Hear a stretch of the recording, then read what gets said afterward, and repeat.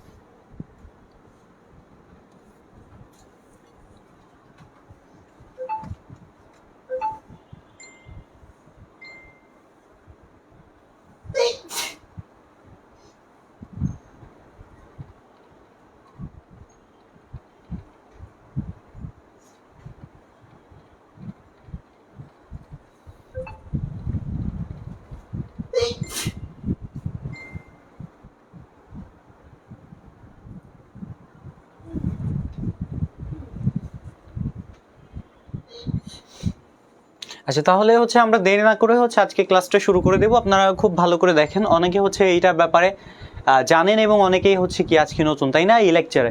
তো হচ্ছে ল্যাবরেটরি নিরাপদ ব্যবহার, প্রথমে হচ্ছে বলতে চাই যে ল্যাবরেটরি নিরাপদ ব্যবহার বলতে কি বুঝি। অনেক সময় হচ্ছে রসায়নগারে অথবা ল্যাবরেটরিতে কাজ করার সময় কি আমাদের কিছু কি সাবধানতা অবলম্বন করতে হবে। যেমন হচ্ছে আপনারা হচ্ছে কিছুদিন আগে কি করোনা প্যান্ডেমিক চলে গেছে, তাই না, তখন কি আপনারা পার্সোনাল প্রোটেক্টিভ ইকুইপমেন্ট পিপিই নামে কি একটা জিনিসের খুব নাম শুনছেন, সেইটা কি আপনাকে সেভ করবে, কি থেকে সেভ করবে, এই করোনা ভাইরাস আক্রমণের হাত থেকে, তাই না, বাঁচাবে বা আপনাকে যাতে এফেক্টেড না করতে পারে।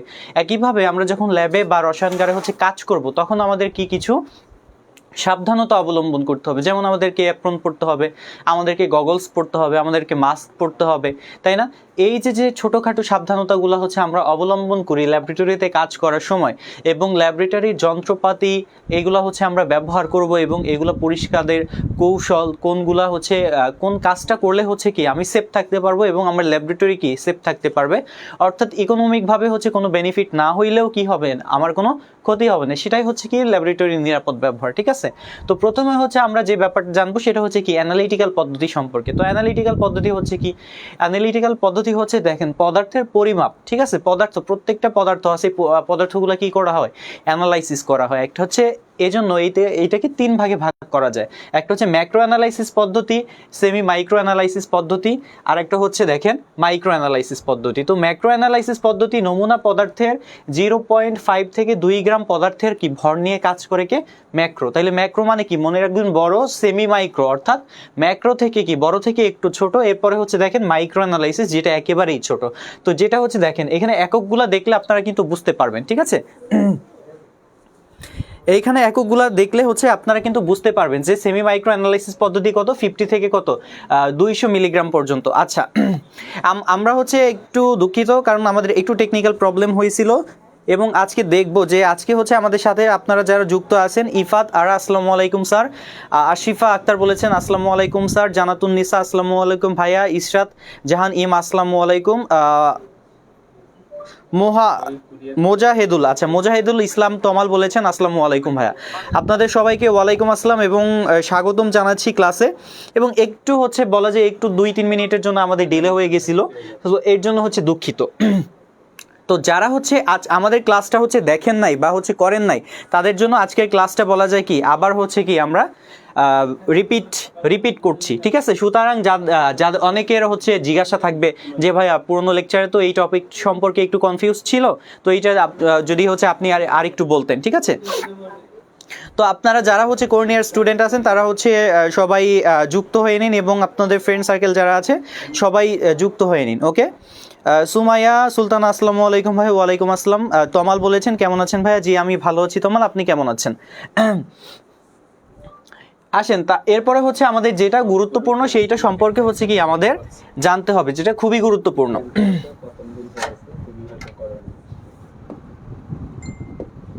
তাহলে দেখেন কোনো আমরা যদি হচ্ছে ল্যাবরেটরিতে কাজ করার সময় যদি কোনো অ্যাসিড দ্রবণ অথবা ক্ষার দ্রবণ আমাদের কি হাতে পড়ে বা হচ্ছে কি মুখে পড়ে বা হচ্ছে ত্বকে পড়ে, ঠিক আছে, যে কোনো জায়গায় পড়তে পারে, তখন দেখেন ক্ষার দ্রবণ আপনারা কি জানছেন? প্রশমন বিক্রিয়া জানছেন না? প্রশমন বিক্রিয়া কাকে বলে? অ্যাসিড এবং ক্ষার পরস্পরের সাথে বিক্রিয়া করে, তাহলে দেখেন অ্যাসিড এবং ক্ষার পরস্পরের সাথে বিক্রিয়া করে কি উৎপন্ন করবে ভাইয়া? লবণ এবং কি পানি উৎপন্ন করবে। কি লবণ ও পানি উৎপন্ন করে, অর্থাৎ এই বিক্রিয়াটাকে কি বলা হচ্ছে? প্রশমন বিক্রিয়া। কি বলা হচ্ছে? প্রশমন বিক্রিয়া। আচ্ছা এই বিক্রিয়াটাকে কি বলা হচ্ছে? প্রশমন বিক্রিয়া। তো অ্যাসিড এবং ক্ষার পরস্পরের সাথে বিক্রিয়া করে কি উৎপন্ন করবে? লবণ ও পানি উৎপন্ন করবে, যেটা হচ্ছে কি বলা যায় মোটামুটি কি নিরপেক্ষ একটা পদার্থ, তো তাকে কি বলে? প্রশমন বলে। এখন কথা হচ্ছে আপনি যখন ল্যাবে কাজ করবেন, তো ল্যাবে কাজ করার সময় কি বলা যায় কোনো দুর্ঘটনাবশত আপনার হাতে কি অ্যাসিড পড়ে গেল, তো অ্যাসিডকে ব্যালেন্স করার জন্য কাকে লাগবে ভাইয়া? অ্যাসিডকে ব্যালেন্স করার জন্য লাগবে হচ্ছে ক্ষারকে। আবার মনে করেন আপনার হাতে কি ক্ষার পড়লো, তখন ক্ষারকে ব্যালেন্স করার জন্য কে লাগবে? অ্যাসিড লাগবে। এবং এই অ্যাসিড এবং ক্ষার যেটা হচ্ছে কি আমরা রসায়নজ্ঞানে ব্যবহার করবো, এটা অবশ্যই হইতে হবে কি মৃদু। তাইলে হচ্ছে মনে করেন যে উত্তম অ্যাসিড প্রতিষেধক, তাহলে দেখেন উত্তম ক্ষার প্রতিষেধক এবং কি উত্তম অ্যাসিড প্রতিষেধক। উত্তম ক্ষার প্রতিষেধক যদি হচ্ছে কারো ত্বকে ক্ষার পড়ে, তখন আমরা যেটা দ্বারা নিউট্রাল করব সেটা হচ্ছে কত? 5% WV বোরিক অ্যাসিড, ঠিক আছে। চোখের ক্ষার দ্রবণ পড়লে কি এইটা ব্যবহার করা হয়। অপরদিকে দেখেন কি বলছে? উত্তম অ্যাসিড প্রতিষেধক 5% WV সোডিয়াম বাইকার্বনেট, এটার নাম কি? Sodium bicarbonate. তাহলে দেখেন ব্র্যাকেটের মধ্যে কি দেওয়া আছে? বেকিং সোডা দেওয়া আছে, তাহলে বেকিং সোডা সংকেত কি? সোডিয়াম বাইকার্বনেট, তাই না? যদি হচ্ছে এটা হচ্ছে কি ত্বকে পড়ে, তখন কি করতে হবে? যদি অ্যাসিড কারো ত্বকে পড়ে তখন মৃদু ক্ষার অর্থাৎ 5% সোডিয়াম বাইকার্বনেট, যেটা কিনা কি বাণিজ্যিকভাবে বা দোকানে হচ্ছে কি বেকিং সোডা নামে হচ্ছে আপনারা কিনেন, তো সেইটা কি করবে? সেইটা দ্বারা হচ্ছে আপনাকে কি করতে হবে? প্রশমিত করতে হবে, ঠিক আছে। আচ্ছা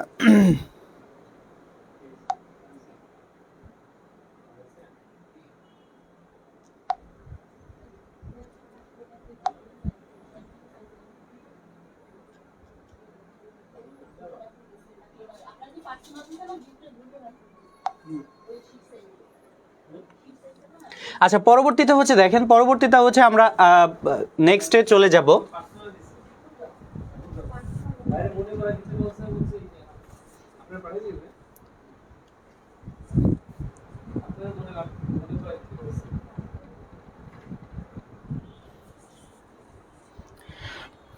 তো এখন দেখেন নেক্সটে যখন আমরা আসব, তো এই যে আপনাদের হচ্ছে কি পড়াইলাম আমি একটু আগে? অ্যানালিটিক্যাল পদ্ধতি পড়াইলাম, ঠিক আছে। তো এই অ্যানালিটিক্যাল পদ্ধতি যখন হচ্ছে আমরা দেখব, দেখেন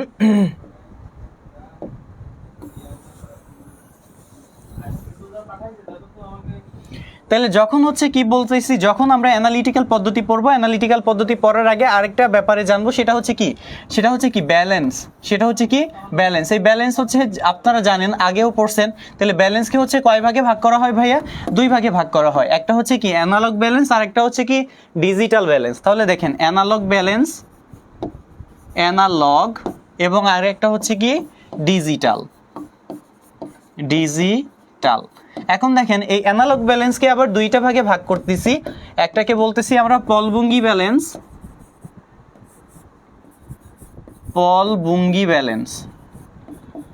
পলভঙ্গি, আরেকটাকে বলতেছি কি আমরা সার্টোরিয়াস ব্যালেন্স, ঠিক আছে।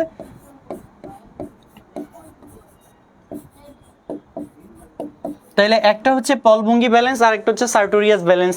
একইভাবে এই ডিজিটাল ব্যালেন্সকে হচ্ছে কি আমরা দুই ভাগে ভাগ করতে পারি, ঠিক আছে। ডিজিটাল ব্যালেন্সকেও কি দুই ভাগে ভাগ করা যায়, একটা হচ্ছে 2 ডিজিট ব্যালেন্স আর একটা হচ্ছে কি 4 ডিজিট ব্যালেন্স। তাহলে 2 ডিজিট ব্যালেন্স আর একটা হচ্ছে কি 4 ডিজিট ব্যালেন্স, ঠিক আছে। এখন কথা হচ্ছে যে অ্যানালগ ব্যালেন্সকে কি পলভঙ্গি এবং সার্টোরিয়াস ব্যালেন্সে ভাগ করা হচ্ছে। তো যেটা জানতে হবে যে পলভঙ্গি ব্যালেন্স দ্বারা সর্বনিম্ন কতটুকু ভর পরিমাপ করা যায়। তাহলে দেখেন পলভঙ্গি ব্যালেন্স দ্বারা সর্বনিম্ন 0.0001 গ্রাম পর্যন্ত, অথবা এইটাকে যদি মিলিগ্রাম এককে লেখি তখন কত হবে 0.1 মিলিগ্রাম, ঠিক আছে। তাহলে পলভঙ্গি ব্যালেন্স দ্বারা সর্বনিম্ন 0.0001 গ্রাম অথবা 0.1 মিলিগ্রাম পর্যন্ত কি পরিমাপ করা যায়। এরপরে আসেন সার্টোরিয়াস ব্যালেন্স। তাহলে সার্টোরিয়াস ব্যালেন্স কর্তৃক সর্বনিম্ন কতটুকু পরিমাপ করা যাবে, সর্বনিম্ন পরিমাপ করা যাবে 0.001 গ্রাম, অর্থাৎ মনে রাখতে হবে, আচ্ছা সরি 0.01 গ্রাম, 0.01 গ্রাম। তাহলে অর্থাৎ কি দেখেন সার্টোরিয়াস ব্যালেন্স করতে কি দশমিকের পর কয় ঘর, 2 ঘর, 0.01 গ্রাম। এরপরে আসেন ডিজিটাল ব্যালেন্স। ডিজিট কথার অর্থ হচ্ছে কি অঙ্ক বা সংখ্যা, ঠিক আছে। তাহলে ডিজিট কথার অর্থ হচ্ছে কি অঙ্ক বা সংখ্যা, ঠিক আছে। আচ্ছা, ইতিমধ্যে একজন বলছে ভাই আরেকটা ক্লাসে তো এই টপিক পড়াইছেন, এখন দেখেন কি বলছি। অনেকে হচ্ছে আপনারা ভর্তি হয়েছেন, অনেকে হচ্ছে যারা কি বলে আমার ক্লাসে ছিলেন না, প্রিভিয়াস অনলাইন ক্লাসে অথবা অফলাইন ক্লাসে ছিলেন না, তাদের জন্য এই ক্লাসটা কি আবার রিপিট করা হয়েছে, ঠিক আছে। সুতরাং আজকের ক্লাসটা দেখবেন। ভাইয়া লেকচার শিট কোন কোন সাবজেক্টের দেওয়া হয়েছে যদি বলতেন। আচ্ছা এইটা হচ্ছে আমি এইটা বর্তমানে বলতে পারবো না, কারণ হচ্ছে এইটা অ্যাডমিনিস্ট্রেশনে আপনারা ফোন করে জেনে নেবেন, ঠিক আছে।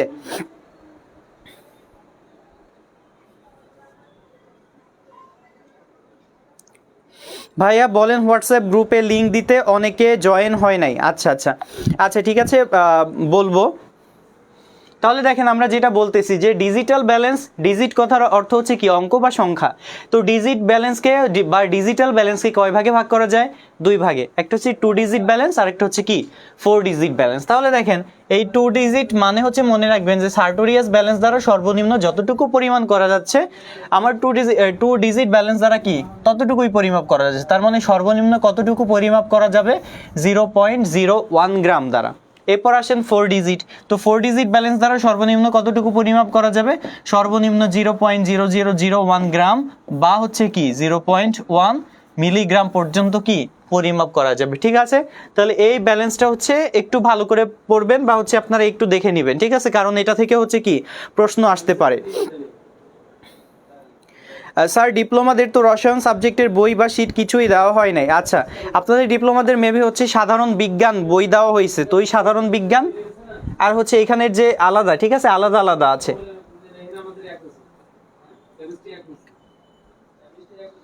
পরবর্তীতে দেখেন যে আমরা যেটা পড়াতে যাচ্ছি সেটা হচ্ছে কি স্ট্যান্ডার্ড পদার্থ।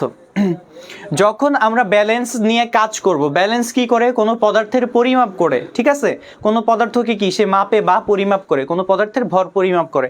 এখন কথা হচ্ছে তাইলে ভাইয়া কোন পদার্থের ভর পরিমাপ করবে বা কোন পদার্থকে মাপবে। তো এখন এই ব্যালেন্স দ্বারা হচ্ছে কি দুইটা পদার্থকে হচ্ছে কি বলা যায়, দুইটা পদার্থকে পরিমাপ করা হয়। ল্যাবরেটরিতে আমরা যেসব পদার্থ নিয়ে কাজ করি সকল পদার্থকেই কি দুইটা ভাগে ভাগ করা যায়, একটা হচ্ছে প্রাইমারি স্ট্যান্ডার্ড পদার্থ আর একটা হচ্ছে কি সেকেন্ডারি স্ট্যান্ডার্ড পদার্থ। তাহলে দেখেন প্রাইমারি স্ট্যান্ডার্ড পদার্থ, সেকেন্ডারি স্ট্যান্ডার্ড পদার্থ। প্রাইমারি স্ট্যান্ডার্ড পদার্থের 4টা বৈশিষ্ট্য কি কি দেখেন, এরা বিশুদ্ধ রাসায়নিক পদার্থ অথবা পরিবেশে এদের বিশুদ্ধ অবস্থায় পাবো। বায়ুর উপাদানের সাথে বিক্রিয়া করবে না, তাহলে বায়ুর উপাদান কি অক্সিজেন থাকতে পারে, নাইট্রোজেন থাকতে পারে, কার্বন ডাইঅক্সাইড থাকতে পারে, এদের সাথে কি করবে না, এই প্রাইমারি স্ট্যান্ডার্ড পদার্থ কি করবে না, বিক্রিয়া করবে না। এরা কি করবে না, রাসায়নিক নিক্তির ক্ষয় করবে না, এবং যেটা গুরুত্বপূর্ণ দ্রবণের ঘনমাত্রা দীর্ঘদিন অপরিবর্তিত থাকে। কি বলছে, দ্রবণের ঘনমাত্রা দীর্ঘদিন অপরিবর্তিত থাকে। তাহলে এগুলো হচ্ছে কি প্রাইমারি স্ট্যান্ডার্ড পদার্থ। তাহলে কোনো পদার্থের মধ্যে যদি এই 4টা বৈশিষ্ট্য দেখতে পাই তাহলে কোনো পদার্থের মাঝখানে আমরা যদি এই চারটা বৈশিষ্ট্য দেখতে পাই তখন তাদেরকে কি বলবো, প্রাইমারি স্ট্যান্ডার্ড পদার্থ বলবো। ঠিক আছে, তাহলে দেখেন প্রাইমারি স্ট্যান্ডার্ড পদার্থের এক্সাম্পলগুলো কি কি? অনার্দ্র সোডিয়াম কার্বনেট। কি অনার্দ্র সোডিয়াম কার্বনেট? এখন দেখেন সোডিয়াম কার্বনেট আর সোডিয়াম বাইকার্বনেট কিন্তু আলাদা। সোডিয়াম কার্বনেটের সংকেত হচ্ছে কি Na2CO3, ঠিক আছে, Na2CO3। আর সোডিয়াম বাইকার্বনেটে কত? আর সোডিয়াম বাইকার্বনেটের সংকেত কত? NaHCO3। ওকে, এরপরে দেখেন অক্সালিক অ্যাসিড C2H2O4 সাথে কত? 2 অণু পানি। পটাশিয়াম ডাইক্রোমেট, কেলাসিত সোডিয়াম অক্সালেট, সাকসিনিক অ্যাসিড। তাহলে এইগুলো হচ্ছে কি আমার প্রাইমারি স্ট্যান্ডার্ড পদার্থ। এখন দেখেন এই প্রাইমারি স্ট্যান্ডার্ড পদার্থ চেনার উপায় হচ্ছে কি, এই যৌগের মধ্যে কি থাকবে? যৌগের মধ্যে সি থাকবে, কিন্তু একটা ব্যতিক্রম আছে, সেটা হচ্ছে কি হাইড্রোক্লোরিক অ্যাসিড। হাইড্রোক্লোরিক অ্যাসিডে সি থাকা সত্ত্বেও সে কি প্রাইমারি স্ট্যান্ডার্ড পদার্থ না। তাহলে হাইড্রোক্লোরিক অ্যাসিড কি সেকেন্ডারি স্ট্যান্ডার্ড পদার্থ। ঠিক আছে, এখন কেন এটা প্রাইমারি স্ট্যান্ডার্ড পদার্থ না? কারণ এর দ্রবণের ঘনমাত্রা কি পরিবর্তিত হয়ে যায় বা পরিবর্তন হয়ে যায়। ঠিক আছে, এই কারণে কি বলা হচ্ছে, প্রাইমারি স্ট্যান্ডার্ড কি পদার্থ বলা হচ্ছে না। এরপরে আসেন দেখেন সেকেন্ডারি স্ট্যান্ডার্ড পদার্থ। ঠিক আছে, তো সেকেন্ডারি স্ট্যান্ডার্ড পদার্থ কারা? প্রাইমারি স্ট্যান্ডার্ড পদার্থের এক্সাম্পল হিসেবে কি বলছিলাম, মানে বৈশিষ্ট্য কি বলছিলাম, যে প্রাইমারি স্ট্যান্ডার্ড পদার্থ হচ্ছে কি 4 ধরনের বৈশিষ্ট্য কি শো করে। তারা হচ্ছে বায়ুর কোনো উপাদানের সাথে বিক্রিয়া করবে না, রাসায়নিক নিক্তির কোনো ক্ষয় করবে না, এবং হচ্ছে কি দ্রবণের ঘনমাত্রা যাদের দীর্ঘদিন অপরিবর্তিত থাকে বা পরিবর্তন হয় না। আরেকটা হচ্ছে পরিবেশে যাদের বিশুদ্ধ অবস্থায় পাবো, তারা হচ্ছে কি প্রাইমারি। এখন দেখেন তাহলে এই 4টা বৈশিষ্ট্যের বিপরীত বৈশিষ্ট্য যদি কোনো পদার্থ ফলো করে তখনই তাকে কি বলতেছি, সেকেন্ডারি স্ট্যান্ডার্ড পদার্থ বলতেছি। তাহলে এই 4টা বৈশিষ্ট্যের বিপরীত কি কি? পরিবেশে এদের কি বিশুদ্ধ অবস্থায় পাওয়া যাবে না, এরা কি করবে সহজেই বাতাসের যে কোনো উপাদানের সাথে কি বিক্রিয়া করতে পারে, এরা সহজেই কি রাসায়নিক নিক্তির ক্ষয় করতে পারে, এবং কি করবে অবশ্যই কি এদের দ্রবণের ঘনমাত্রা কি পরিবর্তিত হবে। তাহলে এরাই হচ্ছে কি সেকেন্ডারি স্ট্যান্ডার্ড পদার্থ। ঠিক আছে, আচ্ছা তাহলে এখানে দেখেন কি বলছে, যে অবিশুদ্ধ মানে কি পরিবেশে বিশুদ্ধ অবস্থায় পাবো না, রাসায়নিক নিক্তিকে ক্ষয় করবে, এরপরে হচ্ছে কি বায়ুর উপাদান দ্বারা কি আক্রান্ত হয়ে কি পরিবর্তিত হয়ে যায়, এটা হচ্ছে কি ঘনমাত্রা পরিবর্তিত হয়ে যায়। ঠিক আছে, ঘনমাত্রা কি পরিবর্তিত হয়ে যায়। এখন দেখেন এখানে আরেকটা গুরুত্বপূর্ণ ইনফরমেশন দেওয়া আছে, যে রাফ ব্যালেন্সের সাহায্যে ওজন নিতে হবে। কি রাফ ব্যালেন্সের সাহায্যে কি ওজন নিতে হবে। এখন রাফ ব্যালেন্স কোনটা ভাইয়া? যে আপনি তো বলছেন কি ডিজিটাল ব্যালেন্স এবং কি পলভঙ্গি ব্যালেন্স। এই ডিজিটাল ব্যালেন্স এবং পলভঙ্গি ব্যালেন্স বলা যায় অতি সূক্ষ্ম ব্যালেন্স। ঠিক আছে, এখানে হচ্ছে আপনি যদি রাসায়নিক কোনো পদার্থকে পরিমাপ করেন তাহলে কি করতে হবে, অবশ্যই প্রাইমারি স্ট্যান্ডার্ড পদার্থ দ্বারা কি পরিমাপ করতে হবে। কারণ দেখেন আপনি যদি পলভঙ্গি ব্যালেন্সের হচ্ছে স্ট্রাকচার দেখেন, 2টা তুলাদণ্ড থাকবে, বিম থাকবে, তখন কি করবে, যখন রাসায়নিক নিক্তি দ্বারা সেটা আমরা মাপতে যাব, তখন যদি সেই পদার্থটা প্রাইমারি স্ট্যান্ডার্ড পদার্থ না হয় তখন সে কি করবে, রাসায়নিক নিক্তিকে ক্ষয় করে দেবে।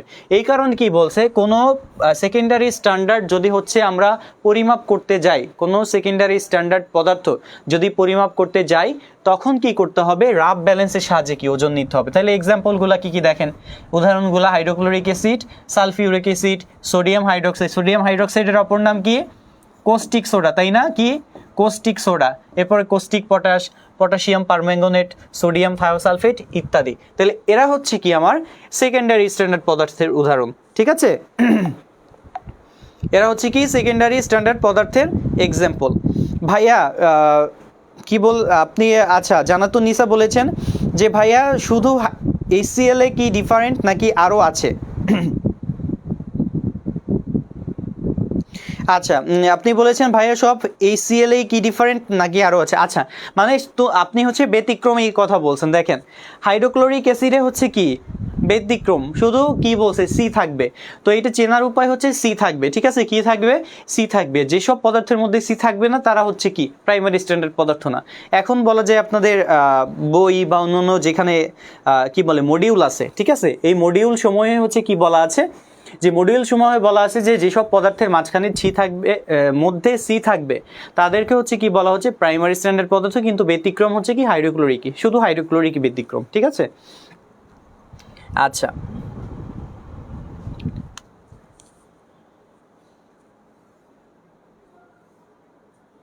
আচ্ছা দেখেন পরবর্তীতে চলে আসেন। পরবর্তীতে এখানে কি বলা আছে দেখেন, ক্রোমিক অ্যাসিড মিশ্রণ। ক্রোমিক অ্যাসিড মিশ্রণ, তাহলে ক্রোমিক অ্যাসিড মিশ্রণ কাকে বলা হচ্ছে ভালো করে দেখবেন। পটাশিয়াম ডাইক্রোমেট K2CR2O7 এবং কি গাঢ় সালফিউরিক অ্যাসিড অথবা কি গাঢ়র ইংরেজি কনসেন্ট্রেটেড, যাকে কি CONC দ্বারা প্রকাশ করা হয়। তাহলে পটাশিয়াম ডাইক্রোমেট এবং গাঢ় সালফিউরিক অ্যাসিডকে সর্বোত্তম পরিষ্কারক বলা হয়। কি বলা হয়? সর্বোত্তম পরিষ্কারক। মানে এইটা দ্বারা হচ্ছে কি, এইটা দ্বারা গ্লাস সামগ্রী, যেমন হচ্ছে ল্যাবরেটরিতে কি কি গ্লাস সামগ্রী ব্যবহার করা হয়, বিকার ব্যবহার করা হয়, বুরেট ব্যবহার করা হয়, পিপেট ব্যবহার করা হয়, তাই না? আচ্ছা, বিকার ব্যবহার করা হচ্ছে, বুরেট ব্যবহার করা হচ্ছে, পিপেট ব্যবহার করা হচ্ছে। তাহলে পরীক্ষাগারে অথবা ল্যাবরেটরিতে যেসব কাচের যন্ত্রপাতি থাকে, এই কাচের যন্ত্রপাতির কে হচ্ছে তৈলাক্ত বা গ্রিস বা হচ্ছে পরিষ্কার করার জন্য কি ব্যবহার করা হচ্ছে? ক্রোমিক অ্যাসিড মিশ্রণ ব্যবহার করা হচ্ছে। ক্রোমিক অ্যাসিড মিশ্রণটা কি তাহলে ভাইয়া? ক্রোমিক অ্যাসিড মিশ্রণ হচ্ছে পটাশিয়াম ডাইক্রোমেটের সাথে যদি গাঢ় সালফিউরিক অ্যাসিডের মিশ্রণ বা গাঢ় সালফিউরিক অ্যাসিড কি একসাথে মিক্সড করা হয়, তখন যে মিশ্রণটা তৈরি হয় তাকেই কি বলে? ক্রোমিক অ্যাসিড মিশ্রণ। ঠিক আছে, তাহলে এখন দেখেন ক্রোমিক অ্যাসিড মিশ্রণের কোন ক্রিয়ার ফলে হচ্ছে কি হয়? যন্ত্রপাতি পরিষ্কার হয় জারণ ক্রিয়ার ফলে। কি? জারণ ক্রিয়ার ফলে। এখন কি বলে দেখেন, গাঢ় সালফিউরিক অ্যাসিডকে সর্বোত্তম পরিষ্কারক বলা হয়। এই ক্রোমিক অ্যাসিড মিশ্রণকে আরেকটা নামে ডাকা হয়ে থাকে, সেটা হচ্ছে কি ক্লিনজিং মিশ্রণ বা ক্লিনিং মিশ্রণ, ক্লিনিং মিক্সার। তাহলে কি বললাম? ক্রোমিক অ্যাসিড মিশ্রণকে কি বলা হচ্ছে?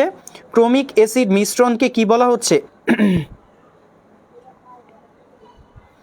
ক্রোমিক অ্যাসিড মিশ্রণকে কি বলা হচ্ছে? Cleaning mixture. ঠিক আছে, আচ্ছা এরপরে দেখেন গ্লাস সামগ্রী। এই গ্লাস সামগ্রী যখন চলে আসতেছে, গ্লাস সামগ্রী পড়তে হবে। তো গ্লাস সামগ্রী প্রধানত কয় প্রকার?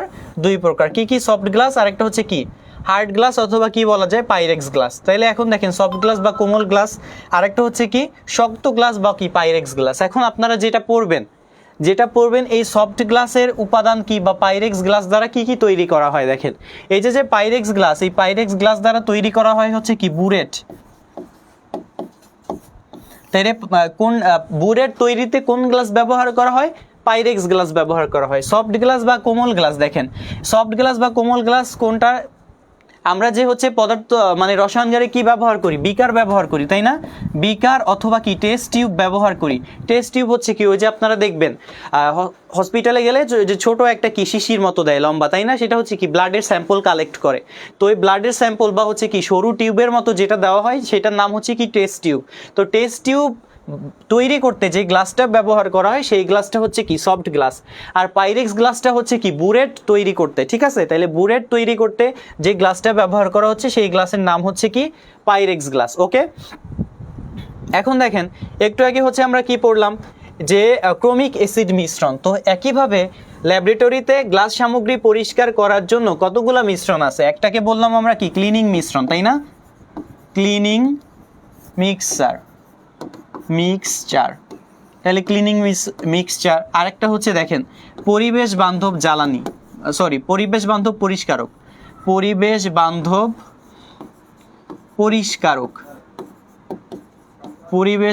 পরিষ্কারক। আরেকটা হচ্ছে জৈব দ্রাবক। এখন দেখেন এই তিনটা একটু ভালো করে পড়বেন। তাহলে এই যে ক্লিনিং মিশ্রণ কাকে বলতেছি? ক্রোমিক অ্যাসিডকে বলতেছি। কাকে? Chromic acid. তাহলে ক্রোমিক অ্যাসিড কি? K2CR2O7 এর সাথে কনসেন্ট্রেটেড কে থাকবে? সালফিউরিক অ্যাসিড থাকবে। যদি ক্রোমিক অ্যাসিডের সাথে কনসেন্ট্রেটেড অথবা গাঢ় সালফিউরিক অ্যাসিড থাকে তখন তাকে কি বলতেছি? ক্লিনিং মিক্সচার অথবা কি ক্রোমিক অ্যাসিড মিশ্রণ। তাহলে ক্রোমিক অ্যাসিড মিশ্রণ যে জিনিস, ক্লিনিং মিক্সচারও কি একই জিনিস। পরিবেশ বান্ধব পরিষ্কারক, দেখেন পরিবেশ বান্ধব পরিষ্কারক হিসেবে পরিচিত কে? ডেকন 90। কে পরিচিত? ডেকন 90। ঠিক আছে, তাহলে পরিবেশ বান্ধব পরিষ্কারক কারা? ডেকন 90। তাহলে ভাইয়া কেন ডেকন 90-কে পরিবেশ বান্ধব পরিষ্কারক বলা হচ্ছে? কারণ ডেকন 90 হচ্ছে কি নন বায়োডিগ্রেডেবল না। তাহলে ডেকন 90 হচ্ছে কি বায়োডিগ্রেডেবল। তাহলে বায়োডিগ্রেডেবল এবং নন বায়োডিগ্রেডেবল কি? বায়োডিগ্রেডেবল হচ্ছে যারা অণুজীব দ্বারা সহজেই পচনযোগ্য এবং পরিবেশের সাথে কি মিশে যেতে পারে তাদেরকে কি বলা হচ্ছে? বায়োডিগ্রেডেবল বলা হচ্ছে। ঠিক আছে, আর একটা হচ্ছে কি নন বায়োডিগ্রেডেবল কি? যারা অণুজীব অথবা ব্যাকটেরিয়া বা ছত্রাক দ্বারা পচনযোগ্য না এবং পরিবেশে মিশে যেতে পারে না তাদেরকে কি বলা হচ্ছে? নন বায়োডিগ্রেডেবল বলা হচ্ছে। তাহলে পরিবেশ বান্ধব জ্বালানিকে ডেকন 90। কেন? কারণ সে হচ্ছে কি গ্রেবল, সে হচ্ছে কি বায়োডিগ্রেবল, ঠিক আছে, অর্থাৎ কি সে পরিবেশে মিশে যাইতে পারে। পরবর্তীতে দেখেন, পরবর্তীতে কে আছে, জৈব দ্রাবক, পরবর্তীতে কে আছে, জৈব দ্রাবক। তাহলে জৈব দ্রাবক কাকে বলতেছি, এসিটোন একটা জৈব দ্রাবক, কি এসিটোন, এসিটোন কি একটা জৈব দ্রাবক। তাহলে এসিটোনটা কোন কাজে ব্যবহার করা হয়, এসিটোন হচ্ছে গ্লাস সামগ্রীর তৈল অথবা গ্রিস জাতীয় পদার্থ, কি তেল বা গ্রিস। তাহলে দেখেন এসিটোন একটা জৈব দ্রাবক যেটা হচ্ছে তেল বা গ্রিস পদার্থ পরিষ্কার করতে কি ব্যবহার করা হয়, মানে এসিটোনটা ব্যবহার করা হয়। তাহলে জৈব দ্রাবক কি, এসিটোন, এসিটোনের কাজ কি, তেল বা গ্রিস জাতীয় পদার্থ সে কি মানে তেল বা গ্রিস জাতীয় ময়লা সে কি করে, পরিষ্কার করে। তো এই যে ক্লিনজিং মিক্সচার বা পরিষ্কার সামগ্রী যে কোন কোন এজেন্ট দ্বারা হচ্ছে কি পরিষ্কার করা যায়, তো এগুলো হচ্ছে কি খুব ভালো করে পড়বেন, ঠিক আছে। আচ্ছা, পরবর্তীতে দেখেন, পরবর্তীতে মোলারিটি চলে আসেন। এই ছকটা এক নজরে একটু সবাই দেখে নেবেন, ডিপ্লোমা বিএসসি যারা আছেন সবাই দেখবেন। তাহলে কি মোলারিটি, তাহলে মোলারিটি কাকে বলে দেখেন, মোলারিটি বলতে কি বোঝানো হয়েছে, দ্রব্যের মোলারিটি সমান সমান মোল এককে দ্রব্যের পরিমাণ ডিভাইডেড বাই কি লিটার এককে দ্রবণের আয়তন। এখন দেখেন মোলারিটি কাকে বলে, নির্দিষ্ট তাপমাত্রায় কোনো পদার্থের, ঠিক আছে, নির্দিষ্ট তাপমাত্রায় 1 লিটার দ্রবণে কোনো পদার্থের যতটুকু অংশ দ্রবীভূত থাকবে তাদেরকে কি বলা হচ্ছে, ওই দ্রবণের ওই পাত্রের কি বলা হয়, মোলারিটি বলা হয়, ঠিক আছে।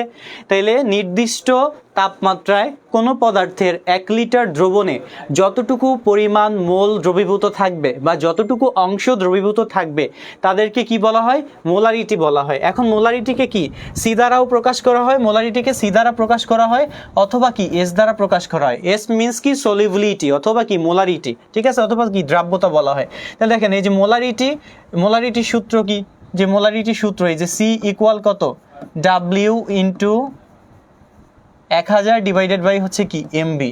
এই ডাব্লিউ কি নির্দেশ করতেছে, ডাব্লিউ নির্দেশ করতেছে প্রদত্ত ভর, ঠিক আছে, দ্রব্যের ভর।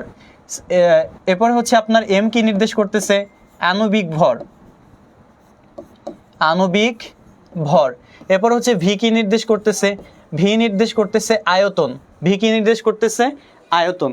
তাহলে দেখেন মোলারিটি কি বললাম, নির্দিষ্ট তাপমাত্রায়। আচ্ছা, জানাতুন্নিসা বলেছেন ভাইয়া ইনবক্সে মেসেজ দিতেছে, অনেকে বলতেছে হোয়াটসঅ্যাপে লিংক দিতে, ক্লাসে প্রবলেম হচ্ছে, ঠিক আছে। তাহলে হোয়াটসঅ্যাপে লিংক দিতে বলো, যে অনেকে ঢুকতে পারতেছে না, ঠিক আছে। আচ্ছা, এখন দেখো যে মোলারিটি কাকে বলা হয়, মোলারিটি কি বলছি, নির্দিষ্ট তাপমাত্রায় 1 লিটার দ্রবণে কোনো পদার্থের যতটুকু পরিমাণ মোল দ্রবীভূত থাকবে বা যতটুকু পরিমাণ অংশ দ্রবীভূত থাকবে তাদেরকে কি বলা হচ্ছে, মোলারিটি বলা হচ্ছে। তাহলে দ্রব্যের মোলারিটিকে কি দ্বারা প্রকাশ করা হচ্ছে, সি বা এস দ্বারা প্রকাশ করা হচ্ছে। তাহলে সি বা এস কিভাবে বের করব, সূত্র হচ্ছে কি সি সমান সমান ডাব্লিউ ইন্টু 1000 ডিভাইডেড বাই কত এমবি। ডাব্লিউ কি নির্দেশ করতেছে, কোনো পদার্থের কি ভর নির্দেশ করতেছে, এম কি নির্দেশ করতেছে, কোনো পদার্থের কি আণবিক ভর নির্দেশ করতেছে, ভি কি নির্দেশ করতেছে, কোনো পদার্থের কি আয়তন নির্দেশ করতেছে, ঠিক আছে। আচ্ছা, এখন দেখো মোলার দ্রবণকে কি বলা হয়, 1 মোলার, এই যে 1 মোল, ঠিক আছে, কি বলা হয় 1 মোল। এইটাকে বলা হয় কি প্রমাণ দ্রবণ, এটাকে কি বলা হয়, প্রমাণ দ্রবণ। তাইলে আমরা হচ্ছে সাধারণত ল্যাবরেটরিতে এই প্রমাণ দ্রবণ অথবা 1 মোল নিয়েই হচ্ছে কি কাজ করে থাকি, ঠিক আছে, এটা মাথায় রাখবা। তাহলে এখন দেখো এখানে কি বিশেষণ দেওয়া আছে, কিছু বিশেষণ দেওয়া আছে বা কিছু নাম দেওয়া আছে, এই নামগুলা গুরুত্বপূর্ণ। যেমন মোলার দ্রবণ কাকে বলতেছি, 1 মোল পরিমাণ পদার্থকে কি মোলার দ্রবণ বলতেছি। সেমিমোলার কত, 0.5 মোল। ডেসিমোলার বলতে কি বোঝায়, 0.1 মোল। ডেসি মানে কি 10 ভাগের কি 1 ভাগ, ঠিক আছে। এরপর হচ্ছে কি সেন্টিমোলার কি 100 ভাগের 1 ভাগ, কত 0.01। মিলিমোলার হচ্ছে কত 1000 ভাগের কি 1 ভাগ, তাহলে কত 0.001। 2 মোলার তো তোমরা জানো, আর এক্স মোলার হচ্ছে যতটুকু পরিমাণ হচ্ছে কি আমি ব্যবহার করব বা যতটুকু পরিমাণ মোল কি ওই পাত্রে দ্রবীভূত থাকবে, ঠিক আছে। আচ্ছা, পিপেট ফানেল তৈরিতে কোন ধরনের গ্লাস ব্যবহার করা হয়। আচ্ছা, একজন প্রশ্ন করেছে খাদিজাতুল কুবরা, আচ্ছা খুদিজাতুল কুবরা তানি বলেছেন ক্লিনিং মিক্সার। আচ্ছা হোয়াটসঅ্যাপে লিঙ্ক দিতে বলেন। আচ্ছা হোয়াটসঅ্যাপে লিঙ্ক দিয়ে দিচ্ছে, বলা হয়েছে পিপেট ফানেল তৈরিতে আচ্ছা কোন ধরনের গ্লাস ব্যবহার করে। এখন দেখেন গ্লাসের বিভিন্ন টাইপ আছে, আমরা জাস্ট দুইটা ধরনের গ্লাস নিয়ে কথা বলছি, একটা হচ্ছে সফট গ্লাস, আরেকটা হচ্ছে কি হার্ড গ্লাস। তো গ্লাস যখন পড়াবো তখন হচ্ছে আপনাদের কি অর্থনৈতিক রসায়ন একটা চ্যাপ্টার আছে দ্বিতীয় পত্রের একেবারে শেষে, তখন সেইখানে হচ্ছে গ্লাস সম্পর্কে বিস্তারিত পড়াবো, ঠিক আছে, তখন হচ্ছে আমরা বলে দিব। তাহলে আপাতত এই দুইটাই জানেন যে পাইরেক্স গ্লাস হচ্ছে বুলেট তৈরিতে ব্যবহার করা হয়, আর হচ্ছে সফট গ্লাস হচ্ছে কোন কি বিকার তৈরিতে অথবা টেস্ট টিউব তৈরিতে ব্যবহার করা হয়, ঠিক আছে। বাকিগুলা যখন হচ্ছে লেকচার পড়াবো তখন আমরা কি বিস্তারিত আলোচনা করব। তাহলে এই ছকটা খুব ভালো করে পড়বেন যে মোলার দ্রবণ কি, সেমিমোলার মানে কত 0.5 মোল, ডেসিমোলার মানে কত 0.1, সেন্টিমোলার মানে কত 0.01, মিলিমোলার মানে কত 0.001। তাহলে এইগুলো হচ্ছে খুব ভালো করে পড়তে হবে, ঠিক আছে। আচ্ছা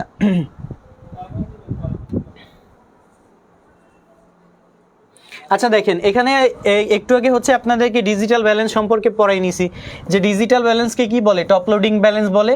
সেকেন্ডারি স্ট্যান্ডার্ড পদার্থের ওজন পরিমাপ করার জন্য কি টু ডিজিট ব্যালেন্স কি ব্যবহার করা হয়। এই টু ডিজিট ব্যালেন্স হচ্ছে কি রাফ ব্যালেন্স, ঠিক আছে। ওই যে একটু আগে আমরা পড়ছি যে সেকেন্ডারি স্ট্যান্ডার্ড পদার্থ পরিমাপ করার জন্য কোন ব্যালেন্স নিতে হবে, রাফ ব্যালেন্স নিতে হবে। তাহলে রাফ ব্যালেন্সের উদাহরণ হচ্ছে কি এই যে টু ডিজিট ব্যালেন্স, ওকে।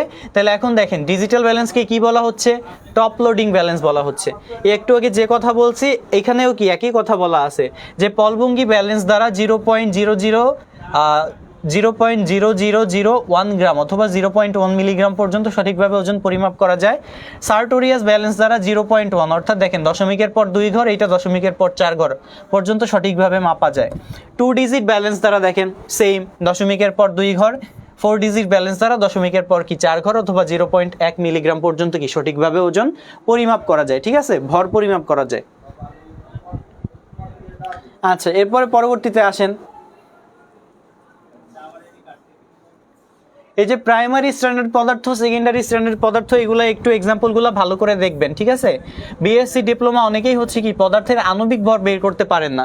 এখন মনে করেন পরীক্ষা আসলো যে সালফিউরিক অ্যাসিডের আণবিক ভর নির্ণয় করো, সালফিউরিক অ্যাসিডের আণবিক ভর নির্ণয় করো। আচ্ছা তাইলে তোমরা কমেন্টে একটু টাইপ করে জানাও যে সালফিউরিক অ্যাসিডের আণবিক ভর কত হবে। তোমরা একটু কমেন্টে জানাও যে সালফিউরিক অ্যাসিডের আণবিক ভর কত হবে, ঠিক আছে।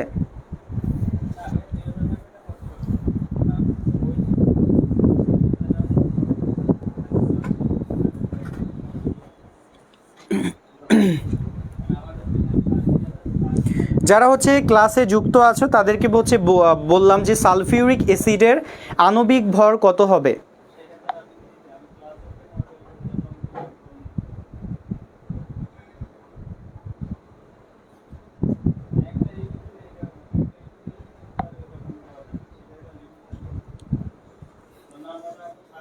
আচ্ছা একটু রেসপন্স করলে খুব ভালো হয়, কারণ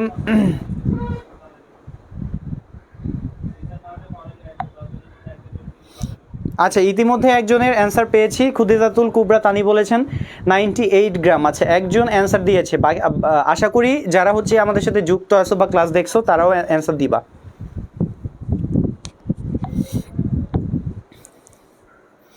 আচ্ছা সুমাইয়া সুলতানাও বলেছেন 98, জানাতুন্নিসা বলেছেন 98, আশিফা আক্তার বলেছেন 98 গ্রাম। আচ্ছা ওকে,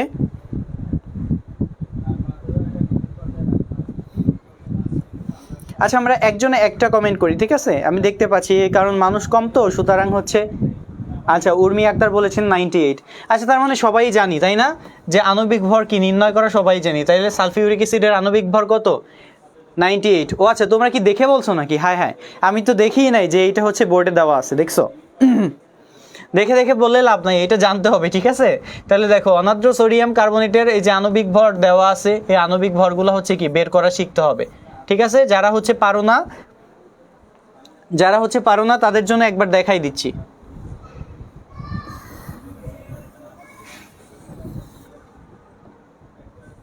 কি বের করব, সালফিউরিক অ্যাসিডের কি আণবিক ভর। তাহলে সালফিউরিক অ্যাসিডের আণবিক ভর কোন পরমাণুর কি নিতে হবে, পারমাণবিক কি ভর সংখ্যা কত 1, কয়টা অণু আছে 2টা অণু আছে, 2 দিয়া গুণ। এরপরে নতুন মৌলের যখন হচ্ছে নতুন মৌল চলে আসবে সেখানে কি দিতে হবে, প্লাস দিতে হবে। সালফারের চলে আসো, সালফারের আণবিক ভর কত 32, এরপরে অক্সিজেনের কত 16, তাইলে 16 কয়টা অণু আছে, 4টা অণু আছে, এই জন্য 4 গুণ, তাহলে কত 2 যোগ 32 যোগ কত, তাহলে কত হচ্ছে আমরা যদি হিসাব করি 60 আর 30 কত 90, 90 আর 4 কত 94, 95, 96, 97, 98 কয় গ্রাম, তাহলে 98 গ্রাম। ঠিক আছে, তাহলে যারা হচ্ছে জানো না বা প্রসেসটা হচ্ছে কি জানো না তাদের জন্য হচ্ছে কি বলে দিয়েছি। ঠিক আছে, ইতিমধ্যে আছে বলেছেন খুদেজাদুল কুবরা তানি বলেছেন ভাইয়া দেখি নাই। আচ্ছা আচ্ছা ঠিক আছে সমস্যা নাই।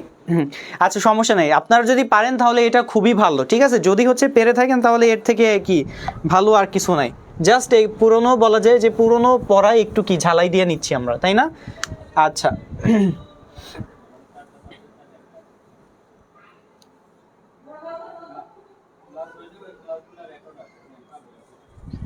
আচ্ছা, এরপরে হচ্ছে আমরা একটু কিছু নিরোধক পদার্থ অথবা পানিগ্রাহী পদার্থ পড়ে যাব, শুধুমাত্র এক্সাম্পলগুলো খুব ভালো করে দেখবেন। দেখেন, পানিগ্রাহী পদার্থ যে সকল পদার্থকে মুক্ত বায়ুতে রেখে দিলে সেগুলা বায়ু হতে পানি বাষ্প শোষণ করে। ঠিক আছে, কি শোষণ করে, যে বায়ুতে একটা পদার্থ রেখে দিলাম, সে কি বায়ু থেকে যে অতিরিক্ত জলীয় বাষ্পগুলো আছে এই জলীয় বাষ্পগুলা কি শোষণ করে নিতে পারে, কিন্তু তরল দ্রবণে পরিণত হয় না, তাদেরকে কি বলে, পানিগ্রাহী পদার্থ বলে। তাইলে পানিগ্রাহী পদার্থের এক্সাম্পল কি, যেমন চুন, অনাদ্র কপার সালফেট, তারপর হচ্ছে কি গাঢ় sulphuric acid, glycerine, hydrochloric acid, hydrogen bromide উভয় কি গ্যাসীয় পানিগ্রাহী পদার্থ। তাহলে কি বলছে, সকল পানিগ্রাহী পদার্থ আবার কি নিরোধক পদার্থ বটে, তাই না? তাহলে পানিগ্রাহী পদার্থ যা, নিরোধক পদার্থ তাই। এখন দেখেন, তাহলে নিরোধক পদার্থ কি ভাইয়া, যে যৌগিক পদার্থ কোনো হাইড্রোজেন ও অক্সিজেন বিশিষ্ট যৌগকে বিয়োজিত করে তা থেকে কি হাইড্রোজেন ও অক্সিজেনকে পানি রূপে টেনে নিয়ে শোষণ করে তাকে কি বলে, নিরোধক পদার্থ বলে। তাহলে নিরোধক পদার্থ কি হবে, মনে করো হচ্ছে হাইড্রোজেন এবং কি অক্সিজেন যুক্ত যৌগ, তাহলে হাইড্রোজেন এবং অক্সিজেন যুক্ত যৌগকে কি করবে, সে ভাঙবে বা বিয়োজিত করবে, সে ভেঙে বা বিয়োজিত করে মনে করো কি ক্যালসিয়াম অক্সাইড, ক্যালসিয়াম অক্সাইডকে কি ভেঙে ক্যালসিয়াম এবং কি অক্সিজেনে পরিণত করলো, এই অক্সিজেনকে সে কি করবে, সেই পদার্থটা তখন অক্সিজেনকে গ্রহণ করে ফেলবে। ঠিক আছে, এটাই হচ্ছে কি নিরোধক বা পানি বিমুক্তকারী পদার্থ। তাহলে যে যৌগিক পদার্থ কোনো হাইড্রোজেন ও অক্সিজেন বিশিষ্ট যৌগকে বিয়োজিত করে তা হতে হাইড্রোজেনে অক্সিজেনকে পানি রূপে টেনে নিয়ে শোষণ করে তাকে কি বলে, নিরোধক পদার্থ বলে। নিরোধক পদার্থের উদাহরণ হচ্ছে দেখো ফসফরাস পেন্টা অক্সাইড এবং হচ্ছে কি সালফিউরিক অ্যাসিড। তাহলে ফসফরাস পেন্টা অক্সাইড এবং কি সালফিউরিক অ্যাসিড হচ্ছে কি নিরোধক পদার্থের কি উদাহরণ। ঠিক আছে, কি নিরোধক পদার্থের উদাহরণ। এরপরে আসো শুষ্ক কারক পদার্থ। শুষ্ক কারক পদার্থ কি, যে সকল পদার্থ অতি সহজেই আর্দ্র পদার্থ হতে উল্লেখযোগ্য পরিমাণ কি পানি বাষ্প শোষণ করে তাদেরকে কি বলা হয়, শুষ্ক কারক পদার্থ বলা হয়। দেখো তোমরা যদি একটু ফলো করো, আচ্ছা আচ্ছা আমাদের সাথে আলামিন মোহিত আচ্ছা মোহিত স্যার আছেন, স্যার বলেছেন সবই আচ্ছা তিনি পারেন। খুদেজাতুল কুবরা তানি বলেছেন এইগুলা কি ডাইজেস্ট বইতে আছে ভাইয়া? হ্যাঁ হ্যাঁ জি, এগুলা ডাইজেস্ট বইতে দেওয়া আছে। সুমাইয়া সুলতানা বলেছেন মুখস্থ আছে, আচ্ছা ভেরি নাইস, মুখস্থ থাকলে খুবই ভালো। আচ্ছা এখন দেখেন শুষ্ককারক পদার্থ কি, যে সকল পদার্থ অতি সহজেই আর্দ্র পদার্থ থেকে কি করে উল্লেখযোগ্য পরিমাণ পানি বা পানি বাষ্প শোষণ করে তাদেরকে হচ্ছে কি বলে, শুষ্ককারক পদার্থ বলে। ঠিক আছে, এখন শুষ্ককারক পদার্থকে অনেকে হচ্ছে আবার কি বলে, ডেসিকেটর বলে। কি বলে, ডেসিকেটর বলে। তো এখন দেখেন আপনারা যদি একটু খেয়াল করে থাকেন, নিরোধক পদার্থ, পানিগ্রাহী পদার্থ বা শুষ্ককারক পদার্থ প্রত্যেকটার কিন্তু কি সিমিলারিটি আছে। সবাই কি করতেছে, জলীয় বাষ্প থেকে অতিরিক্ত পরিমাণ কি পানি শোষণ করতেছে, কিন্তু কি নিজে তরলে পরিণত হচ্ছে না, তাই না? তাহলে দেখেন পানিগ্রাহী পদার্থ কি, যারা কি পরিবেশে উপস্থিত থেকে বাতাসের থেকে কি করে জলীয় বাষ্প শোষণ করে নেয় কিন্তু তরল পদার্থে পরিণত হয় না, তাদেরকে কি বলে, পানিগ্রাহী পদার্থ বলে। পানিগ্রাহী পদার্থ শেষ। ওকে, পানিগ্রাহী পদার্থের এক্সাম্পল কি, গাঢ় সালফিউরিক অ্যাসিড। আচ্ছা এরপরে আসেন পদার্থে, এরপরে হচ্ছে নিরোধক পদার্থ আসে। নিরোধক পদার্থ কি, যারা কোনো হাইড্রোজেন এবং অক্সিজেন যুক্ত কোনো যৌগকে ভেঙে সেইখান থেকে কি করে, সেখান থেকে অক্সিজেনকে শোষণ করে নেয় অথবা জলীয় বাষ্পকে কি শোষণ করে নেয়, সেই সকল পদার্থকে কি বলে, নিরোধক পদার্থ বলে। আবার দেখেন এখানে কি বলা হয়েছে, যে সকল পানিগ্রাহী পদার্থ কি নিরোধক পদার্থ, কারণ পানিগ্রাহী পদার্থ কি নিরোধক পদার্থের মতো বৈশিষ্ট্য শো করে, সুতরাং উদাহরণগুলা কি একই। এরপরে আবার কি বলা হয়েছে, শুষ্ককারক অথবা কি ডেসিকেটর। তাহলে ডেসিকেটর হচ্ছে কি একই একই রকম বলা হয়েছে না যে আর্দ্র পদার্থ, আর্দ্র মানে কি ভেজা, যে ভেজা পদার্থ থেকে কি করবে, পানি শোষণ করবে বা পানি বাষ্প শোষণ করবে, তাদেরকে কি বলা হচ্ছে, শুষ্ক কারক বলা হচ্ছে। তার মানে প্রত্যেকটার মধ্যে কি একটা সিমিলারিটি আছে, তাই না?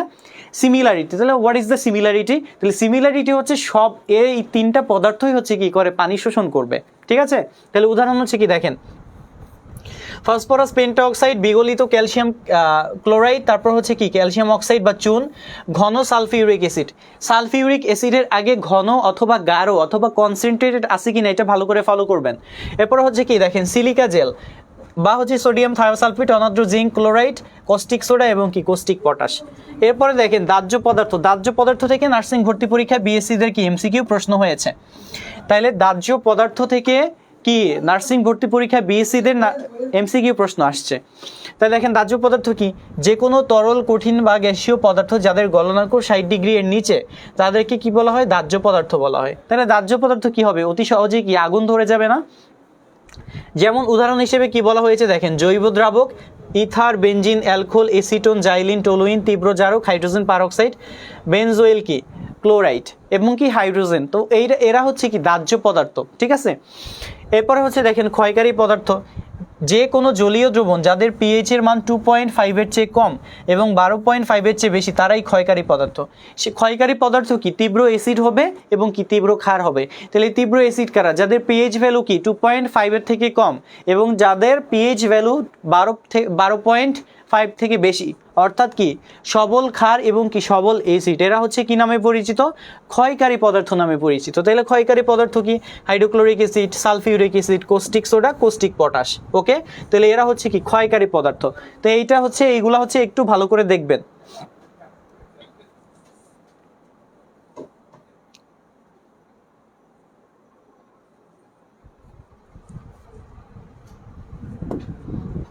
আচ্ছা আমরা একটু আরেকটু পড়াশোনা করব। দেখেন ফানেল, ফানেলের ব্যবহার কি করে, ফানেল সরাসরি বস্তুর ভর পরিমাপ করে প্রমাণ দ্রবণ তৈরি করতে কি ব্যবহার করা হচ্ছে।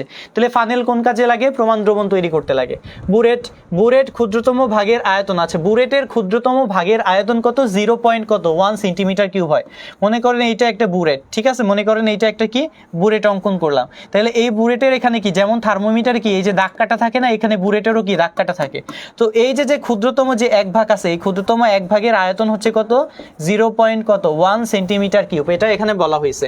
এখন দেখেন পোর্সেলিন বাটি সর্বোচ্চ 1500 ডিগ্রি সেলসিয়াস তাপ দেওয়া যায়। পরবর্তীতে যেটা হচ্ছে লাগবে সেটা হচ্ছে এইটা একটু দেখেন, এটা খুব গুরুত্বপূর্ণ একটা information. Sodium hydroxide, potassium hydroxide, ammonium hydroxide ক্ষার, এদের মধ্যে প্রথম দুইটা চোখের জন্য অত্যন্ত ক্ষতিকর পদার্থ, তৃতীয়টি মারাত্মক ব্রঙ্কিয়াল উত্তেজক হাঁপানি সৃষ্টি করে। তাহলে অ্যামোনিয়াম হাইড্রোক্সাইড কি করে, হাঁপানি তৈরি করে, কি হাঁপানি অথবা কি অ্যাজমা বলা হয় যাকে, তাই না?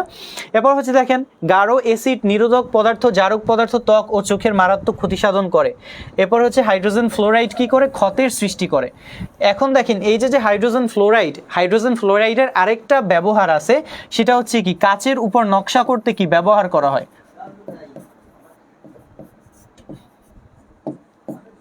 কাচের উপর নকশা করতে ব্যবহৃত হয়, ঠিক আছে? তাহলে কাচের উপর নকশা করতে কোনটা ব্যবহার করা হয়, এইচএফ ব্যবহার করে। এইটার উপকারও আছে অপকারও আছে। কি অপকার করে, ক্ষতের সৃষ্টি করে, ঠিক আছে? এরপর হচ্ছে দেখেন হ্যালোজেন, হ্যালোজেন হবে না, হ্যালোজেন মৌল, ঠিক আছে, হ্যালোজেন মৌল এবং হচ্ছে কি আপনার হ্যালোজেন মৌল লিভার কিডনির কি ক্ষতি করে।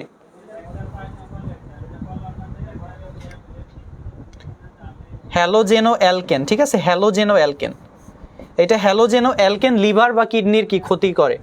রাজ অম্ল, দেখেন রাজ অম্লর কি সংযুক্তি দেওয়া আছে, রাজ অম্ল কি হিসেবে কাজ করে, রাজ অম্লটা কি হিসেবে কাজ করবে, রাজ অম্লটা কি হিসেবে কাজ করবে, পরিষ্কারক হিসেবে কাজ করবে, ঠিক আছে? এটা হচ্ছে সব থেকে কি স্ট্রংগেস্ট কি বলা যায়, পরিষ্কারক বা অ্যাসিড। তো এই অ্যাসিডটা কি দুইটা অ্যাসিডের কি সংমিশ্রণ, যেখানে 1 মোল নাইট্রিক অ্যাসিড থাকবে এবং কি 3 মোল হাইড্রোক্লোরিক অ্যাসিড থাকবে। তো এই যে এখন যদি বলি যে রাজ অম্লে হাইড্রোক্লোরিক অ্যাসিড ও HNO3 HNO3 হাইড্রোক্লোরিক অ্যাসিড এবং নাইট্রিক অ্যাসিডের অনুপাত কত? তাহলে অনুপাত কত দেখেন, অনুপাত কি মোল সংখ্যা থেকে বের করব। তাহলে হাইড্রোজেন মানে হাইড্রোক্লোরিক অ্যাসিড আছে কয় মোল? 3 মোল। আর হচ্ছে নাইট্রিক অ্যাসিড আছে কত? 1 মোল। তাহলে অনুপাত কত? 3:1। যদি আসে নাইট্রিক অ্যাসিড ও হাইড্রোক্লোরিক অ্যাসিডের অনুপাত কত? তাহলে নাইট্রিক অ্যাসিড কয় মোল? 1 মোল। হাইড্রোক্লোরিক অ্যাসিড কত? 3 মোল। তাহলে অনুপাত কত? 1:3 অনুপাতে আছে, ঠিক আছে? তাহলে রাজ অম্লের এই কি বলে সংকেতটা, এই সংকেতটা হচ্ছে খুব ভালো করে পড়বেন।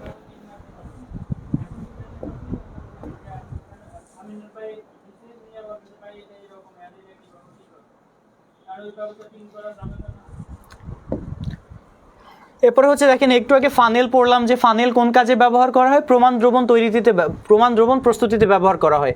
এরপর হচ্ছে মেজারিং সিলিন্ডার, নির্দিষ্ট আয়তনের গাঢ় অ্যাসিড পানির পরিমাপ করার জন্য মেজারিং সিলিন্ডার ব্যবহার করা হয়।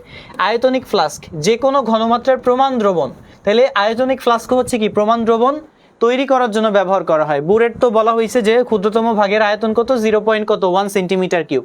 পিপেট, তাহলে পিপেটটা কি দেখেন, পিপেটটা হচ্ছে একটা নির্দিষ্ট আয়তনের প্রস্তুত দ্রবণকে এক পাত্র থেকে অন্য পাত্রে নেওয়ার জন্য কি পিপেট ব্যবহৃত হয়, ঠিক আছে?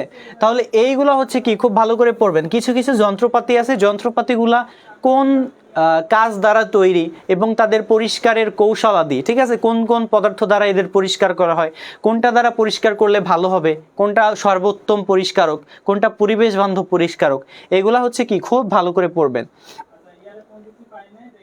পরবর্তীতে দেখেন পরিবেশের জন্য কি কিছু ক্ষতিকারক পদার্থ আছে, ঠিক আছে, যেগুলো হচ্ছে কি বলা যায় যে ব্যবহার করা হয়। তো বিজ্ঞানীরা তখন কি করছে, যে এই পদার্থগুলো ব্যবহার করলে তো কি হয়, পরিবেশের উপর কি বিরূপ প্রভাব পড়ে। তখন তারা কি করছে, তখন তারা ভাবছে না যেগুলো কম ক্ষতিকারক পদার্থ, সেই পদার্থগুলো কি এদের বিকল্প হিসেবে যদি আমরা ব্যবহার করি তাহলে কি খুব ভালো হয়। তাহলে দেখেন এই বিকল্প পদার্থগুলোও কি খুব ভালো করে পড়বেন, যে এমসিকিউ এর জন্য খুব গুরুত্বপূর্ণ এটা, ঠিক আছে? যে ক্লোরোফর্মকে কি বলা হয় যেন? ক্লোরোফর্মকে কি বলা হয়? চেতনা নাশক, তাই না? চেতনা নাশক। বাংলা সিনেমার কি নায়ক নায়িকারা মানে কি ভিলেন এসে কি নায়িকাকে উঠাইয়া নিয়ে যায়, কিভাবে নিয়ে যায়? রুমাল চাপা দিয়া, তাই না? রুমাল চাপা দিয়ে কি ভিলেন নায়িকাকে তুলে নিয়ে যায়। তাহলে এই রুমালের মধ্যে কি থাকতো? ক্লোরোফর্ম থাকতো, যেটা হচ্ছে কি অজ্ঞান করতে ব্যবহার করা হয় অথবা কি চেতনা নাশ করে। এই জন্য ক্লোরোফর্মকে কি বলা হচ্ছে? চেতনা নাশক বলা হচ্ছে। ক্লোরোফর্মের সংকেত কি? CH-Cl3। তাহলে দেখেন ক্লোরোফর্ম একটা বিষাক্ত পদার্থ, যেটা কিনা ফুসফুসে গেলে অতিরিক্ত মাত্রায় যদি ফুসফুসে প্রবেশ করে তখন কি ওই মানুষের কি মৃত্যু হইতে পারে, ঠিক আছে? প্রাণীদের কি হইতে পারে? মৃত্যু হইতে পারে। তাহলে ক্লোরোফর্মের বিকল্প হিসেবে কি ব্যবহার করব? হেক্সেন। কার্বন টেট্রাক্লোরাইড CCl4, এইটাকে বলা হয় ড্রাই ওয়াশ। ড্রাই ওয়াশে দ্রাবক হিসেবে ব্যবহার করা হয় কে? Carbon tetrachloride. কথাগুলো হচ্ছে মনে রাখবেন বা নোট করিয়েন। তো কি বললাম? ড্রাই ওয়াশে দ্রাবক হিসেবে ব্যবহার করা হয় কে? Carbon tetrachloride. তাহলে কার্বন টেট্রাক্লোরাইডের পরিবর্তে কি ব্যবহার করা হচ্ছে? হেক্সেন। পরবর্তীতে দেখেন বেনজিনের পরিবর্তে টলুইন, জাইলিনের পরিবর্তে কি টলুইন ব্যবহার করা হয়। এরপরে দেখেন বিউটানল 2 এর পরিবর্তে ব্যবহার করা হয় বিউটানল 1। লেড ক্রোমেটের পরিবর্তে ব্যবহার করা হয় কি? Potassium carbonate. এবং পটাশিয়াম ধাতুর পরিবর্তে ব্যবহার করা হয়েছে কি? ক্যালসিয়াম ধাতু, ঠিক আছে? এটা স্পেলিং মিস্টেক হয়েছে, ক্যালসিয়াম ধাতু, ক্যালসিয়াম। তাহলে এই যে পদার্থগুলো এইটা হচ্ছে কি খুব ভালো করে পড়বেন।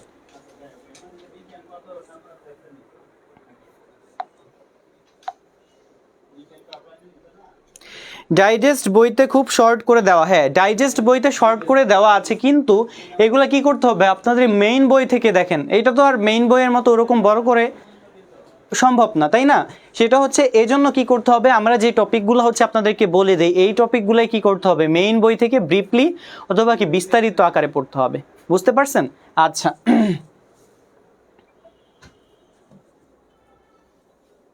একদিন কেমিস্ট্রি আর বিজ্ঞান দুই হবে না? কেমিস্ট্রি ক্লাস হবে না, আগে একটা লিখো।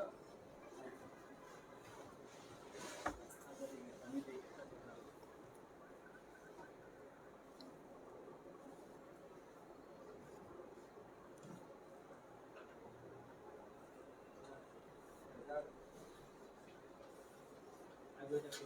ওটা ফুল দেখবি নাকি?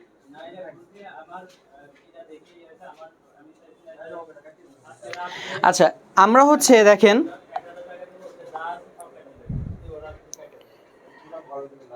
আমরা হচ্ছে দেখেন ইতিমধ্যে হচ্ছে কি ল্যাবরেটরি নিরাপদ ব্যবহার নিয়ে আলোচনা করছি, তাই না? এখন হচ্ছে কি বলা যায় আমাদের লেকচারে কি দুইটা অংশ অর্থাৎ দুইটা অধ্যায়, একটা ছিল কি ল্যাবরেটরি নিরাপদ ব্যবহার আর একটা হচ্ছে কি গুণগত রসায়ন। তো গুণগত রসায়ন যখন চলে আসে অবশ্যই কি পরমাণুর কি কি গুণ আছে, কোন কোন কণা আছে, এই কথাগুলাও কি চলে আসে, ঠিক আছে? তো এইগুলাই হচ্ছে কি আমরা বিস্তারিত কি আলোচনা করব, যদিও আপনারা এইগুলা জানেন, তারপর আবার কি আজকে আলোচনা করব। দেখেন পরমাণু যদি হচ্ছে কি আমরা আলোচনা করতে চাই, তাই না? তো এই যে পরমাণুর কি জানতে হবে, হিস্ট্রি জানতে হবে, এই যে কোত্থেকে আসছে, কোন বিজ্ঞানী কি বলছে, এরিস্টটলের একটা মতবাদ ছিল। তারপর হচ্ছে কি ডেমোক্রিটাস কি বলছে, ডেমোক্রিটাস কি বলছে না পরমাণু কি অবিভাজ্য। পরবর্তীতে আবার কি জন ডাল্টন আইসা কি সেই মতবাদকে কি সমর্থন দিছে না, যে আপনি যেটা বলছেন সেটা রাইট। তাহলে কি জানতে হবে, পরমাণুর হিস্ট্রি জানতে হবে, যে কে কত সালে কি মতবাদ দিছে এটা ভালো করে জানবেন। এরপর হচ্ছে কি পরমাণু কথাটা কোন কথা থেকে আসছে, গ্রিক অ্যাটমস শব্দ থেকে আসছে, ঠিক আছে? যে অ্যাটম শব্দের অর্থ হচ্ছে কি অবিভাজ্য, কি অবিভাজ্য, বা যাকে হচ্ছে কি করা যায় না, যাকে হচ্ছে ভাগ করা যায় না, ঠিক আছে? যাকে কি করা যাচ্ছে না, ভাগ করা যাচ্ছে না। তো এই যে যে পরমাণু আছে, তাহলে এই পরমাণুর কি কিছু কণিকা আছে, এই কণিকাগুলাকে কয় ভাগে ভাগ করা যায়, তিন ভাগে ভাগ করা যায়। কয় ভাগে, তিন ভাগে ভাগ করা যায়। একটা হচ্ছে স্থায়ী কণিকা, বলা যায় স্থায়ী মূল কণিকা, স্থায়ী মূল কণিকা, অস্থায়ী মূল কণিকা। আচ্ছা একটু ওয়েট, আমি আরেকটু সুন্দর করে লিখতেছি। তো আমরা কি বললাম দেখেন, স্থায়ী মূল কণিকা, তাই না? স্থায়ী মূল কণিকা।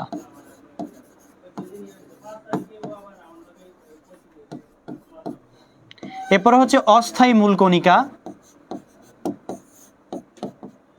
আর একটা হচ্ছে কি বলা যায় কম্পোজিট কণিকা, কম্পোজিট কণিকা। এখন দেখেন স্থায়ী মূল কণিকা কারা, যারা পরমাণুর অভ্যন্তরে অবস্থান করতেছে, ঠিক আছে? যে পরমাণুর কেন্দ্রে অবস্থান করতেছে এবং কি কক্ষপথের মধ্যে অবস্থান করতেছে, তাদের কি বলা হয় স্থায়ী মূল কণিকা। তাহলে ভাইয়া কোন কোন কণাগুলো পরমাণুর অভ্যন্তরে অবস্থান করতেছে, ইলেকট্রন, প্রোটন এবং কি নিউট্রন, তাই না? তাহলে ইলেকট্রন, প্রোটন, ইলেকট্রন, প্রোটন এবং কি নিউট্রন, ইলেকট্রন, প্রোটন এবং নিউট্রন, এই তিনটাকে কি বলা হচ্ছে, পরমাণুর স্থায়ী মূল কণিকা বলা হচ্ছে। তাহলে পরমাণুর অস্থায়ী মূল কণিকা কি, যারা বলা যায় কিছু অর্থাৎ ট্রানজিয়েন্ট সময়ের জন্য বা কিছু অল্প পরিমাণ সময়ের জন্য পরমাণুর কেন্দ্রেও আসতে পারে অথবা এর কক্ষপথেও আসতে পারে, কিছু সময়ের জন্য অবস্থান করে, তাদেরকে কি বলা হচ্ছে, অস্থায়ী মূল কণিকা বলা হচ্ছে, ঠিক আছে? তাহলে অস্থায়ী মূল কণিকার উদাহরণ কি কি, উদাহরণ হচ্ছে কি positron,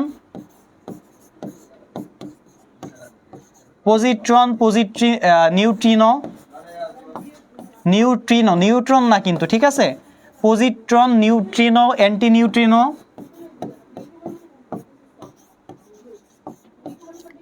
anti neutrino, meson, boson, pion, muon, ঠিক আছে? তাহলে দেখেন স্থায়ী মূল কণিকা কোনগুলা, যেগুলা হচ্ছে কি পরমাণুর অভ্যন্তরে অবস্থান করতেছে, কেন্দ্রে অথবা কক্ষপথে অবস্থান করতেছে একটা নির্দিষ্ট সময় ধরে, তাদেরকে কি বলা হচ্ছে স্থায়ী মূল কণিকা। কোনগুলা উদাহরণ, ইলেকট্রন, প্রোটন এবং কি নিউট্রন। ওকে, এরপর আসেন অস্থায়ী মূল কণিকা। অস্থায়ী মূল কণিকা যারা কি বললাম, কিছু সময়ের জন্য অথবা অল্প সময়ের জন্য অর্থাৎ অনির্দিষ্ট সময়ের জন্য কি বলা যায় পরমাণুর কেন্দ্রে অথবা এদের কি কক্ষপথের চারপাশে অবস্থান করে, তাদেরকে কি বলা হয় অস্থায়ী মূল কণিকা। তাইলে অস্থায়ী মূল কণিকার উদাহরণগুলো কি কি, positron, neutrino, anti neutrino, meson, boson, pine, muon ইত্যাদি, ঠিক আছে? এরপর আসেন কম্পোজিট কণিকা। তাহলে কম্পোজিট কণিকার উদাহরণ হচ্ছে দুইটা, আলফা কণা এবং হচ্ছে কি ডিউটেরন, ডিউটেরন, ঠিক আছে? তাহলে দেখেন কম্পোজিট কণিকার উদাহরণ কয়টা, দুইটা, একটা হচ্ছে আলফা কণা আর একটা হচ্ছে কি ডিউটেরন। এখন আলফা কণাটা কি ভাইয়া, আলফা কণা হচ্ছে দ্বিধনাত্মক কি হিলিয়াম নিউক্লিয়াস কণা। এই দ্বিধনাত্মক হিলিয়াম নিউক্লিয়াস কণাকে কি বলা হয়, আলফা কণা বলা হয়। তাহলে কম্পোজিট কণিকার উদাহরণ হচ্ছে কি আলফা কণা এবং কি ডিউটেরন, ঠিক আছে?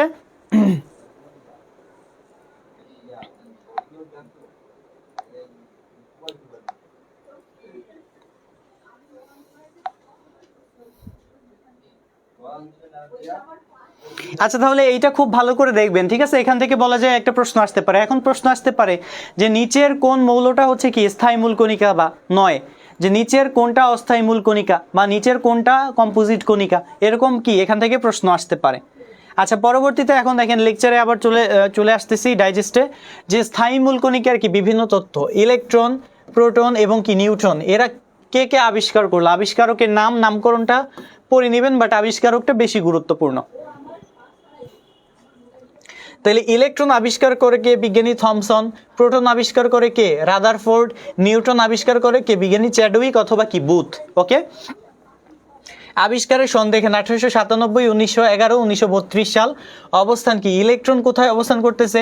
পরমাণুর কক্ষপথে। প্রোটন কোথায় অবস্থান করতেছে? নিউক্লিয়াসে। এবং নিউট্রন নিউক্লিয়াসে অবস্থান করতেছে। প্রতীক ইলেকট্রন পি দ্বারা প্রকাশ করা হয়, এন দ্বারা প্রকাশ করে। আধানের প্রকৃতি যেটা লাগবে দেখেন, যেটা খুবই গুরুত্বপূর্ণ সেটা কিন্তু কি আমি মার্ক করে দিচ্ছি, এই যে দুই নাম্বার, আবিষ্কারকের নাম গুরুত্বপূর্ণ, আধানের প্রকৃতি গুরুত্বপূর্ণ। ইলেকট্রনের আধান প্রকৃতি কেমন? ঋণাত্মক। প্রোটনের আধান কেমন? ধনাত্মক। নিউট্রনের আধান কেমন? নিরপেক্ষ। এরপর আধানের পরিমাণটা লাগবে, আধানের পরিমাণটা কেমন?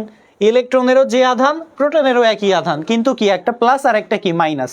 তো কুলম্ব আর কি এই যে ইএসইউ এবং ইএমইউ, এই এককগুলা কিন্তু কি ফলো রাখতে হবে, ঠিক আছে, মনে রাখতে হবে। তাহলে দেখেন কত, -1.606 ইন্টু 10 ইনভার্স কি 19 কুলম্ব ইলেকট্রোভোল্ট বা ইলেকট্রোভোল্ট। এরপরে হচ্ছে কত দেখেন, তাইলে ইলেকট্রন এবং প্রোটনের চার্জ কি একই, কিন্তু কি সমান ও কি বিপরীতমুখী, ঠিক আছে, সমান ও কি বিপরীতমুখী। নিউটনের চার্জ দেখেন, নিউটনের চার্জ কত? 0। আপেক্ষিক আধান -1 +1 এবং কত? 0। ভরটা খুব লাগবে, ভরটা বিশেষ করে ইলেকট্রনের যে ভরটা, ইলেকট্রনের ভরটা হচ্ছে আসে, ইলেকট্রনের ভরটা কি আসে নার্সিং ভর্তি পরীক্ষায় বা হচ্ছে অন্যান্য ভর্তি পরীক্ষায় কি ইলেকট্রনের ভরটা আসে, বিশেষ করে এই যে গ্রাম এবং কেজির মধ্যে যে একটা প্যাচ, এই প্যাচটাই কি প্রশ্নে দিয়ে দেয়। আপনারা পড়েন হচ্ছে গ্রাম, কিন্তু প্রশ্নে আসে কেজি, অথবা অনেকে পড়ে কেজি, প্রশ্নে আসে কি গ্রাম। তাহলে এই দুইটা সম্পর্কেই হচ্ছে কি করতে হবে, জানতে হবে, ঠিক আছে।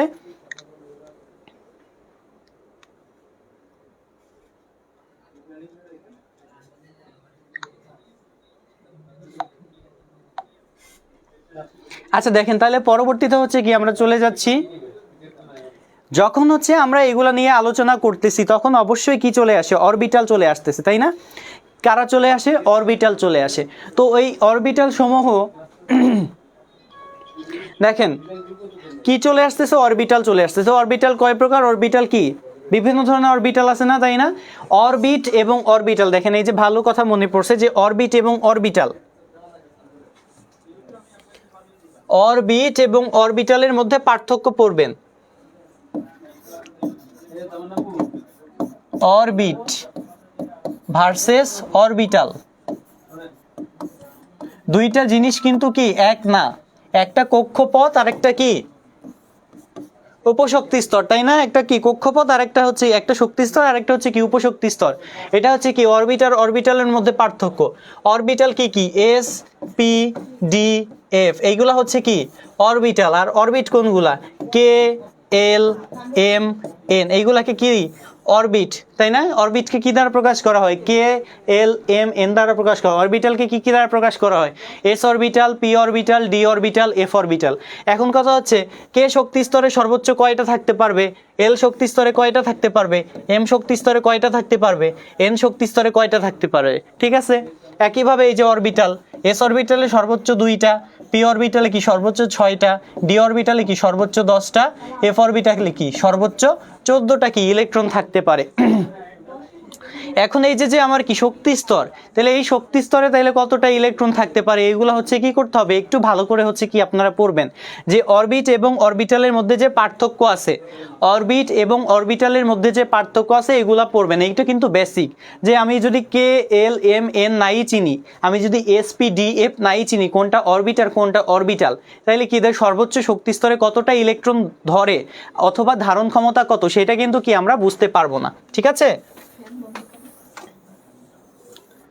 আচ্ছা এরপরে হচ্ছে দেখেন পরবর্তীতে হচ্ছে কি আমরা চলে আসি যে আমরা অরবিটাল নিয়ে আলোচনা করছি, এবারে হচ্ছে কি আমাদের কোয়ান্টাম সংখ্যা, তাই না?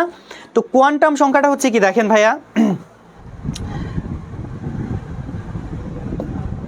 আবর্তনশীল ইলেকট্রনের শক্তি ও অবস্থানের পূর্ণাঙ্গ বর্ণনা দেওয়ার জন্য বিজ্ঞানীরা কি করছে, 4টা কোয়ান্টাম সংখ্যা আবিষ্কার করছে। ঠিক আছে, প্রধান কোয়ান্টাম সংখ্যা, সহকারী কোয়ান্টাম সংখ্যা, চৌম্বকীয় কোয়ান্টাম সংখ্যা, কি স্পিন অথবা কি ঘূর্ণন কোয়ান্টাম সংখ্যা।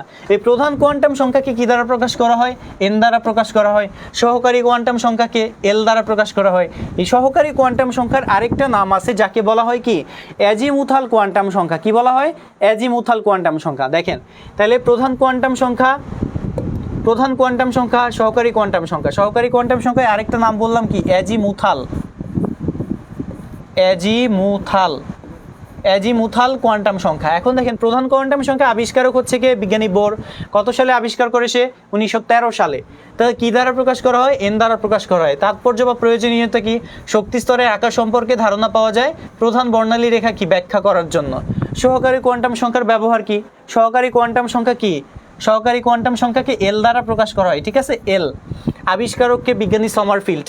তাৎপর্য বা প্রয়োজনীয়তা কি, উপশক্তি স্তরের সম্পর্কে জানা যায় এবং কি বর্ণালীতে সূক্ষ্ম রেখার উৎপত্তি সম্পর্কে জানা যায়।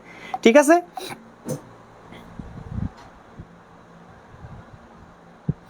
অরবিট এবং অরবিটালের পার্থক্য আসে এক্সামে। আচ্ছা জি, অরবিট এবং অরবিটালের পার্থক্য এক্সামে আসে এবং এই এক্সামে কি এমসিকিউ আপনারা তো সৃজনশীল পড়ে আসছেন ইন্টারমিডিয়েটে, যেটা আসছে খদাক অথবা গদাক এরকম ওই টাইপের আসছে সৃজনশীল প্রশ্নে, তাই না? এখন এই অরবিট বা অরবিটাল সমূহ, এই যে কে এল এম এন বা এসপি ডিএফ এর ডিফারেন্স, সর্বোচ্চ শক্তি স্তরে কয়টা থাকবে এবং কে শক্তি স্তরে কতটা থাকবে, কে শেলে কতটা, এম শেলে কতটা, এন শেলে কতটা, এল শেলে কতটা, এগুলো হচ্ছে এমসিকিউর জন্য কি খুবই গুরুত্বপূর্ণ। ওকে, এরপরে হচ্ছে দেখেন পরবর্তীতে কি আছে, চৌম্বকীয় কোয়ান্টাম সংখ্যা বা কি ঘূর্ণন কোয়ান্টাম সংখ্যা। তাহলে চৌম্বকীয় কোয়ান্টাম সংখ্যা, ঘূর্ণন কোয়ান্টাম সংখ্যা। চৌম্বকীয় কোয়ান্টাম সংখ্যা আবিষ্কারক হচ্ছে কি বিজ্ঞানী জিম্যান। ঘূর্ণন কোয়ান্টাম সংখ্যা কি আবিষ্কার করে, উলেনবেক ও কি গোল্ডস্মিথ। তাহলে দেখেন এই চৌম্বকীয় কোয়ান্টাম সংখ্যাকে কি দ্বারা প্রকাশ করা হয়, এম দ্বারা প্রকাশ করা হয় এবং স্পিন কোয়ান্টাম সংখ্যাকে বা ঘূর্ণন কোয়ান্টাম সংখ্যাকে এস দ্বারা প্রকাশ করা হয়, তাই না? এখন দেখেন তাৎপর্য কি, উপশক্তি স্তরে ত্রিমাত্রিক বিন্যাস জানা থাকলে অরবিটালের সংখ্যা গণনা করা যায়, তার মানে ত্রিমাত্রিক বিন্যাস জানা যায়। এরপরে বর্ণালীর সূক্ষ্ম রেখার বিভক্ত হওয়ার কারণ জানা যায়। তাহলে বর্ণালী যে সূক্ষ্ম রেখায় বিভক্ত হয় তার কারণ কি ব্যাখ্যা করে কে, এই চৌম্বকীয় কোয়ান্টাম সংখ্যার মান। পরবর্তীতে চলে আসেন ঘূর্ণন কোয়ান্টাম সংখ্যা, যাকে কি এস দ্বারা প্রকাশ করা হয়। তাহলে এটা আবিষ্কার করে উলেনবেক আর গোল্ডস্মিথ। তাহলে এম এর প্রতিটি মানের জন্য এস এর মান কি প্লাস মাইনাস হাফ হয়, এটা তো আপনারা জানেন। কি ব্যবহার, ইলেকট্রনের ঘূর্ণনের প্রকৃতি এবং কি দিক সম্পর্কে জানা যায়, বা ইলেকট্রনের কি চুম্বক ধর্মে কি ব্যাখ্যা করা যায়, চৌম্বকীয় ধর্ম কি ব্যাখ্যা করা যায়। ভাইয়া সাল কি আসবে এক্সামে? আচ্ছা দেখেন সাল কিন্তু ততটা গুরুত্বপূর্ণ না। অনেক সময় হচ্ছে কি বলা যায় যেগুলো হচ্ছে খুবই গুরুত্বপূর্ণ মডেল, যেমন মনে করেন রাদারফোর্ড মডেল অথবা কি বোর মডেল, এই যে কমন কিছু মডেল আছে যেগুলো খুবই গুরুত্বপূর্ণ, এই গুরুত্বপূর্ণ মডেলের 2-1টা সাল আসার সম্ভাবনা থাকে।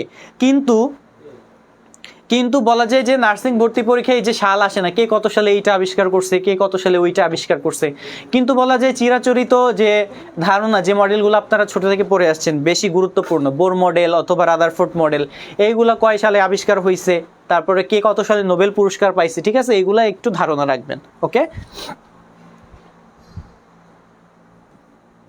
আচ্ছা দেখেন এইখানে এই যে সূত্র আছে, এই সূত্রগুলো একটু ভালো করে পড়ে নেবেন, ঝালাই করে নেবেন। প্রত্যেকটা অরবিটালে সর্বাধিক ইলেকট্রন ধারণ ক্ষমতা কত? আচ্ছা প্রতিটি না, এটা হচ্ছে এস অরবিটালে সর্বাধিক ইলেকট্রন ধারণ ক্ষমতা, সর্বাধিক ইলেকট্রন সংখ্যা হচ্ছে কয়টা? 2টা। এরপরে হচ্ছে কি যে কোনো শক্তি স্তরে সর্বাধিক ইলেকট্রন সংখ্যা হচ্ছে কত? n²। যে কোনো শক্তি স্তরে সর্বাধিক ইলেকট্রন সংখ্যা, যে কোনো শক্তি স্তরে সর্বাধিক ইলেকট্রন সংখ্যা হচ্ছে কত? 2n²। যে কোনো শক্তি স্তরে সর্বাধিক ইলেকট্রন সংখ্যা হচ্ছে কত? 2n²।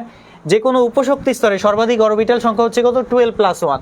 আর যে কোনো উপশক্তি স্তরের সর্বাধিক ইলেকট্রন ধারণ ক্ষমতা, দেখেন এইটা অরবিটাল সংখ্যা বলছে, এইটা ইলেকট্রন ধারণ ক্ষমতা বলছে, আলাদা আলাদা সূত্র কিন্তু।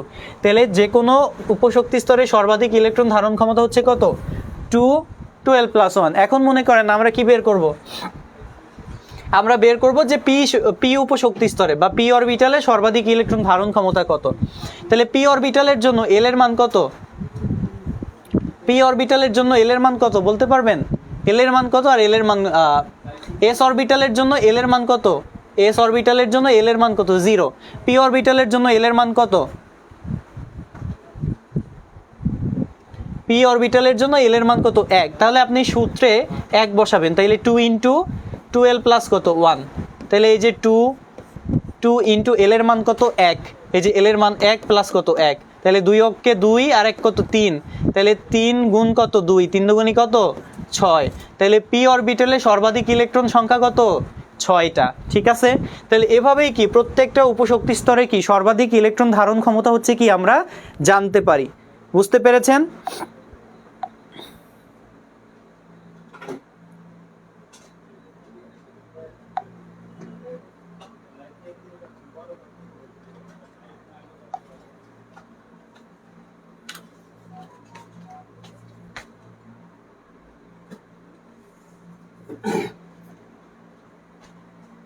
আচ্ছা দেখেন পরবর্তীটা হচ্ছে, দেখেন আমরা কি পড়লাম যে এখানে হচ্ছে কি যে কোনো উপশক্তি স্তরে সর্বাধিক ইলেকট্রন ধারণ ক্ষমতা, তাহলে যে কোনো উপশক্তি স্তরে সর্বাধিক ইলেকট্রন ধারণ ক্ষমতার সূত্র হচ্ছে কি 2 ইন্টু 12 প্লাস 1, তাহলে 2 ইন্টু 12 প্লাস 1, এখানে এল এর মান নির্দিষ্ট অরবিটালের জন্য এল এর মান কি নির্দিষ্ট কি থাকবে, তাই না?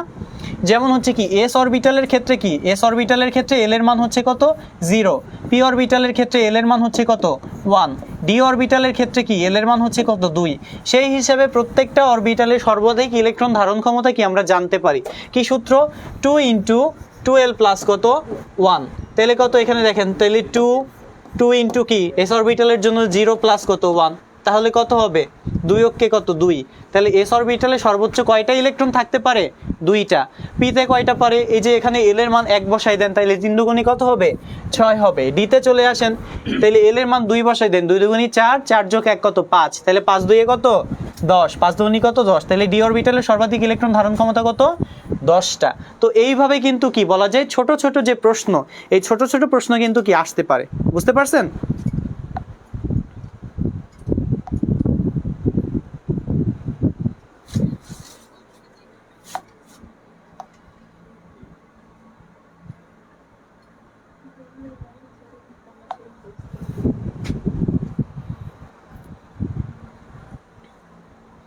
আচ্ছা পরবর্তীতে হচ্ছে দেখেন পাতন প্রক্রিয়াটা মোটামুটি গুরুত্বপূর্ণ আছে, এটা গুরুত্বপূর্ণ সহকারে পড়তে হবে। ঠিক আছে, পাতন বিশেষ করে হচ্ছে আংশিক পাতন, সাধারণ পাতনের যে তাপমাত্রার ব্যবধানটা, যে কত মানে ন্যূনতম কত ডিগ্রি হচ্ছে কি তাপমাত্রা ডিফারেন্স থাকে, সেটা হচ্ছে কি এসে থাকে যে মেডিকেল ভর্তি পরীক্ষার জন্য এই প্রশ্ন যেমন গুরুত্বপূর্ণ, নার্সিং ভর্তি পরীক্ষার জন্য কি এই প্রশ্নটা গুরুত্বপূর্ণ। যেমন সাধারণ পাতন এবং আংশিক পাতনের মধ্যে দেখেন একটু ফলো করেন যে দুইটা তরলের মিশ্রণের স্ফুটনাঙ্কের ব্যবধান 40 ডিগ্রি সেন্টিগ্রেডের চেয়ে বেশি হলে তখন তাকে কি বলতেছি সাধারণ পাতন বলতেছি। কত 40 ডিগ্রি সেলসিয়াসের বেশি। তাহলে দেখেন পরবর্তীতে আংশিক পাতন, দেখেন দুইটা তরলের মিশ্রণের স্ফুটনাঙ্কের ব্যবধান 40 ডিগ্রির কম, একটা বলছে বেশি আর একটা বলছে কম, দুইটাই কিন্তু মান কি সমান। এখন একটা আরেকটা জায়গায় কম বেশি যদি রিপ্লেস হয়ে যায় তখন কিন্তু প্যাচ লাগবে, তো প্যাচ লাগানো কি যাবে না। যদি প্যাচ লাগান তাহলে কি হবে পজিশন ড্রপ হয়ে যাবে।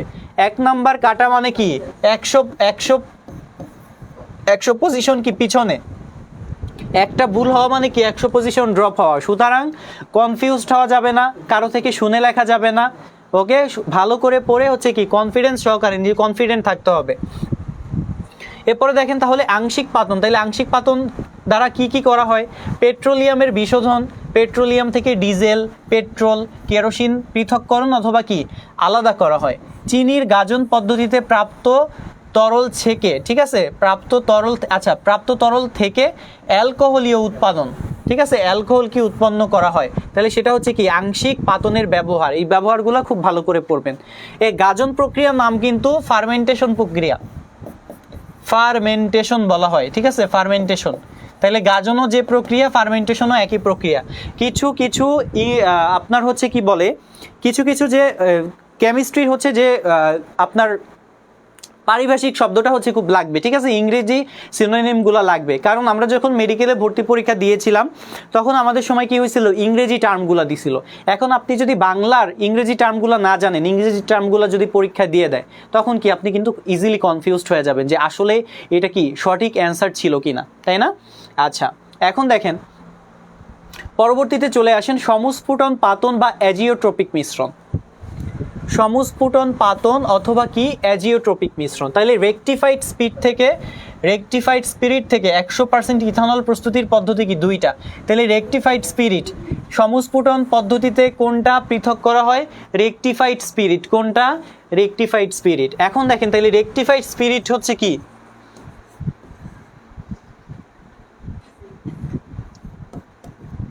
95.6% ইথানল এবং 4.4%, দেখেন 95.6% ইথানল এবং 4.4% পানির মিশ্রণকে কি বলা হচ্ছে, রেকটিফাইড স্পিরিট বলা হচ্ছে। ঠিক আছে, তাহলে রেকটিফাইড স্পিরিটটা কি ভাইয়া, 95.6% ইথানলের সাথে যদি 4.4% পানি মিশ্রিত থাকে তখন তার মিশ্রণকে কি বলা হচ্ছে, রেকটিফাইড স্পিরিট বলা হচ্ছে। তো রেকটিফাইড স্পিরিট কোন প্রক্রিয়ায় পৃথক করা হচ্ছে, এই যে সমস্ফুটন পাতন বা অ্যাজিওট্রপিক পাতন।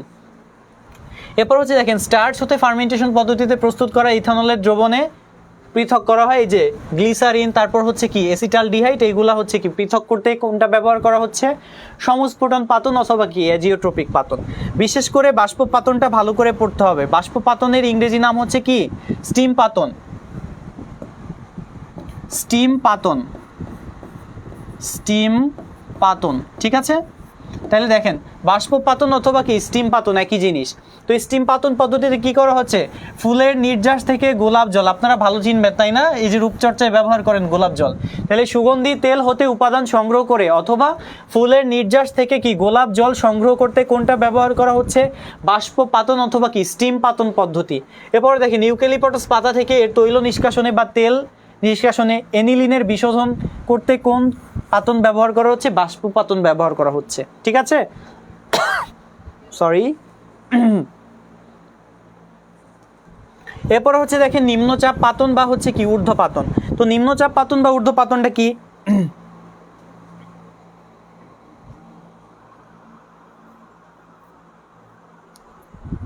আচ্ছা পাতনের ডেফিনেশনটা একটু বুঝিয়ে দেন, মনে নাই। আচ্ছা তাহলে আমরা কি বললাম, যদি পরপর দুইটা তাপমাত্রার স্ফুটনাঙ্কের ব্যবধান 40 ডিগ্রি থেকে কি হয়, বেশি হয়, এই 40 ডিগ্রি থেকে বেশি হওয়ার পর মনে করেন কি দুইটা আলাদা আলাদা মিশ্রণের তাপমাত্রার ব্যবধান বা স্ফুটনাঙ্কের ব্যবধান কত, 40 ডিগ্রি থেকে বেশি হলে সেইটাকে পৃথক করার পদ্ধতিকে কি বলা হচ্ছে, পাতন বলা হচ্ছে।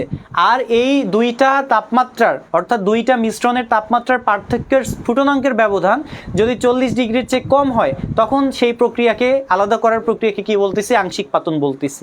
ঠিক আছে, আচ্ছা তাহলে এখন দেখেন নিম্নচাপ পাতন, নিম্নচাপ পাতনের আরেকটা নাম হচ্ছে দেখেন অনুপ্রেষ পাতন। এই যে অপর নামগুলা বা বিকল্প নামগুলা জানতে হবে, অনুপ্রেষ পাতন, অনুপ্রেষ বা অনুপ্রেষ পাতন।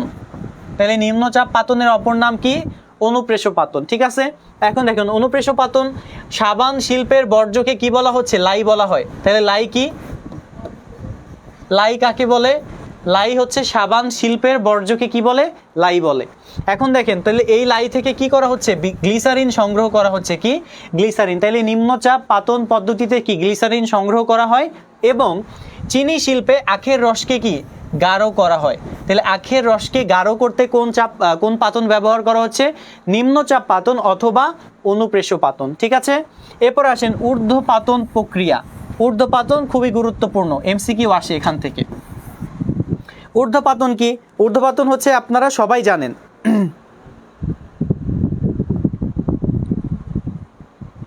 আচ্ছা রেকটিফাইড স্পিরিট বলছে ইথাইল অ্যালকোহল থাকে, হ্যাঁ রেকটিফাইড স্পিরিট একটু আগে হচ্ছে সংযুতিটা কি আমি কিন্তু বলে দিয়েছি যে রেকটিফাইড স্পিরিট হচ্ছে কি 95.6% ইথানল বা ইথাইল অ্যালকোহলের সাথে 4.4%। ঠিক আছে, 4.4%।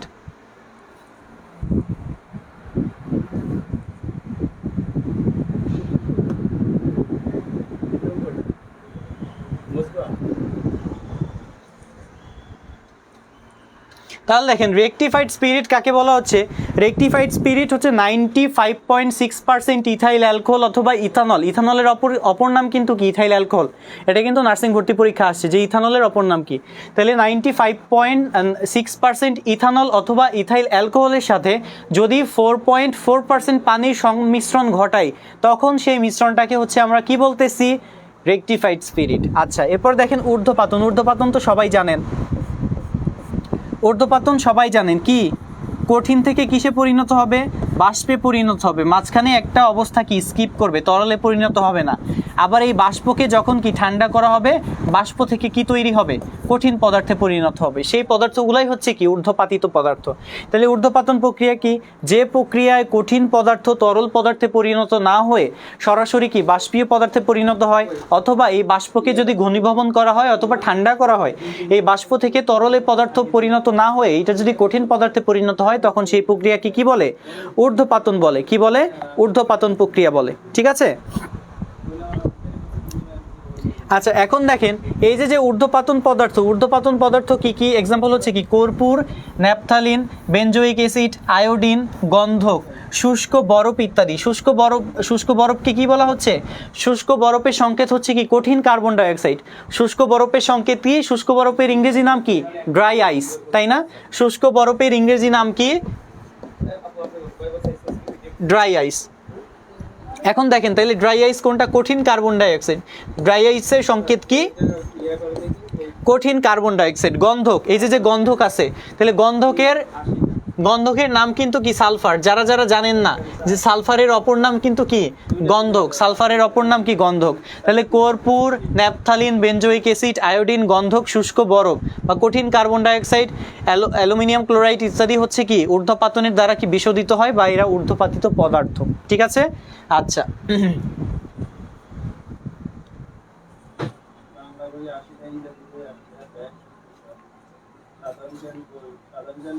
এখন দেখেন নিউক্লিয় বিক্রিয়া। নিউক্লিয় বিক্রিয়া হচ্ছে কি, কোন হচ্ছে আপনার কি বলা যায়, আচ্ছা এখন দেখেন তো নিউক্লিয় বিক্রিয়াটা হচ্ছে কি, নিউক্লিয় বিক্রিয়ার অপর নাম হচ্ছে কি ট্রান্সমুটেশন বিক্রিয়া। নিউক্লিয় বিক্রিয়াকে বলা যায় দুইটা ভাগে ভাগ করা যায়, একটা হচ্ছে নিউক্লিয়ার ফিউশন বিক্রিয়া আর একটা হচ্ছে কি নিউক্লিয়ার ফিশন বিক্রিয়া। তো ফিউশন হচ্ছে কি, যে বিক্রিয়ায় হচ্ছে কি বলা যায় ছোট ছোট অণু গঠিত হয়ে কি বড় একটা অণু তৈরি করে, ঠিক আছে, সেটা হচ্ছে কি নিউক্লিয়ার ফিউশন। আর ফিশনটা হচ্ছে কি, ফিশন মনে করেন ভেঙে যাবে, অর্থাৎ বড় একটা অণু ভেঙে গেলে যেটা তৈরি হবে সেটা হচ্ছে কি আপনার ফিশন। বড় একটা অণু ভেঙে গিয়ে ছোট ছোট যদি মৌলে বা অণুতে পরিণত হয় তখন থেকে কি বলে, নিউক্লিয়ার ফিশন। তাইলে ছোট থেকে বড় হবে কি ফিউশনে, তাই না, ফিউশন। আর বড় থেকে ছোট হবে কি, বড় থেকে ছোট হবে কি ফিশন। এখন দেখেন এখানে কি বলছে, নিউক্লিয়ার ফিউশন, ক্ষুদ্র নিউক্লিয়াস যুক্ত। দেখেন তাহলে ছোট থেকে কি হচ্ছে, বড় হচ্ছে, তাহলে ছোট থেকে বড় হচ্ছে কি ফিউশন। তাহলে ক্ষুদ্র নিউক্লিয়াসকে বড় নিউক্লিয়াস বিশিষ্ট নতুন মৌলে পরিণত করার বিক্রিয়াকে কি বলে, নিউক্লিয় সংযোজন অথবা কি নিউক্লিয় ফিউশন বলে। তাহলে নিউক্লিয় ফিউশন হচ্ছে কি, উদাহরণ হচ্ছে কি সূর্যে যে পরিমাণে যে প্রক্রিয়ায় শক্তি উৎপন্ন হয় সেই প্রক্রিয়াটা হচ্ছে কি নিউক্লিয় ফিউশন প্রক্রিয়া। তো নিউক্লিয় ফিউশন প্রক্রিয়ার মাধ্যমে কি সূর্যের শক্তি উৎপন্ন হয়। এরপর হচ্ছে দেখেন হাইড্রোজেন বোমার শক্তি। এরপর হচ্ছে দেখেন তো নিউক্লিয়ার ফিউশন গেল, এরপরে উপরে দেখেন নিউক্লিয়ার ফিশন বলছে। কি বলছে, নিউক্লিয়ার ফিশন। ফিশনটা কি, ফিশন বা ফিশন যে অতি বৃহৎ, অর্থাৎ দেখেন বড় থেকে ছোট, এই যে বড় নিউক্লিয়াস পরমাণুকে আঘাত করে ছোট, তাইলে কি হবে, বড় থেকে ছোট হচ্ছে কি ফিশন। এটা মনে রাখবেন, বড় থেকে ছোট ফিশন, ছোট থেকে বড় কি ফিউশন, এটা মনে রাখলেই হবে। তাহলে বৃহৎ নিউক্লিয়াস পরমাণুকে আঘাত করে ছোট ছোট মৌলে উৎপন্ন করাকে নিউক্লিয় বিভাজন বা নিউক্লিয় ফিশন বলে। তো উদাহরণ হিসেবে দেখেন পারমাণবিক চুল্লিতে বিদ্যুৎ শক্তি এবং কি অ্যাটম বোমা। পারমাণবিক চুল্লিতে বিদ্যুৎ শক্তি এবং অ্যাটম বোমা তৈরি করতে কোন ধরনের বিক্রিয়া দরকার, নিউক্লিয় কি ফিশন। কোন বিক্রিয়া, নিউক্লিয় ফিশন বিক্রিয়া। তাহলে এই ফিশন এবং ফিউশন খুবই গুরুত্বপূর্ণ। এই ফিশন এবং ফিউশন কি খুবই গুরুত্বপূর্ণ এবং এখান থেকে কি এমসিকিউ বলা যায় 50% আসার সম্ভাবনা আছে। 50% এই দুইটা প্রক্রিয়া থেকে, ডিপ্লোমা এবং বিএসসির জন্য উভয়ের জন্য গুরুত্বপূর্ণ। ঠিক আছে, এই দুইটা বিক্রিয়া।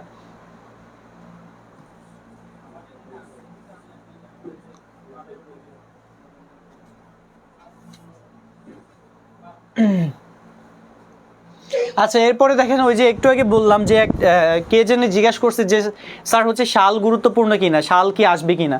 আমি বললাম যে কিছু চিরায়িত কি মডেল আছে যেগুলো ছোট থেকে পড়ে আসছি, যে রাদারফোর্ড মডেল, বোর মডেল, তাই না? এই মডেলগুলো খুব গুরুত্বপূর্ণ, এই মডেলগুলো একটু শাল পড়ে রাখবেন। যেমন রাদারফোর্ড, বোর, তাই রাদারফোর্ড পরমাণু মডেল 1911 সালে দিছে, বোর পরমাণু মডেল কত 1913 সালে দিছে। এগুলা কিন্তু আপনার ডাইজেস্টে আছে, ঠিক আছে? এগুলো হচ্ছে পড়ে নেবেন ডাইজেস্ট থেকে। আমরা একটু যেটা নিয়ে আলোচনা করব সেটা হচ্ছে দেখেন রাদারফোর্ড পরমাণু মডেল অথবা নিউক্লিয় মডেল অথবা সৌর মডেল অথবা কি সোলার মডেল। রাদারফোর্ডের মডেলকে কি বিভিন্ন নামে ডাকা হয়, তাহলে রাদারফোর্ডের মডেলের অন্য নাম কি? নিউক্লিয় মডেল। নিউক্লিয় মডেল আবার কি? সৌর মডেল নামে পরিচিত। সৌর মডেলকে আবার কি বলে?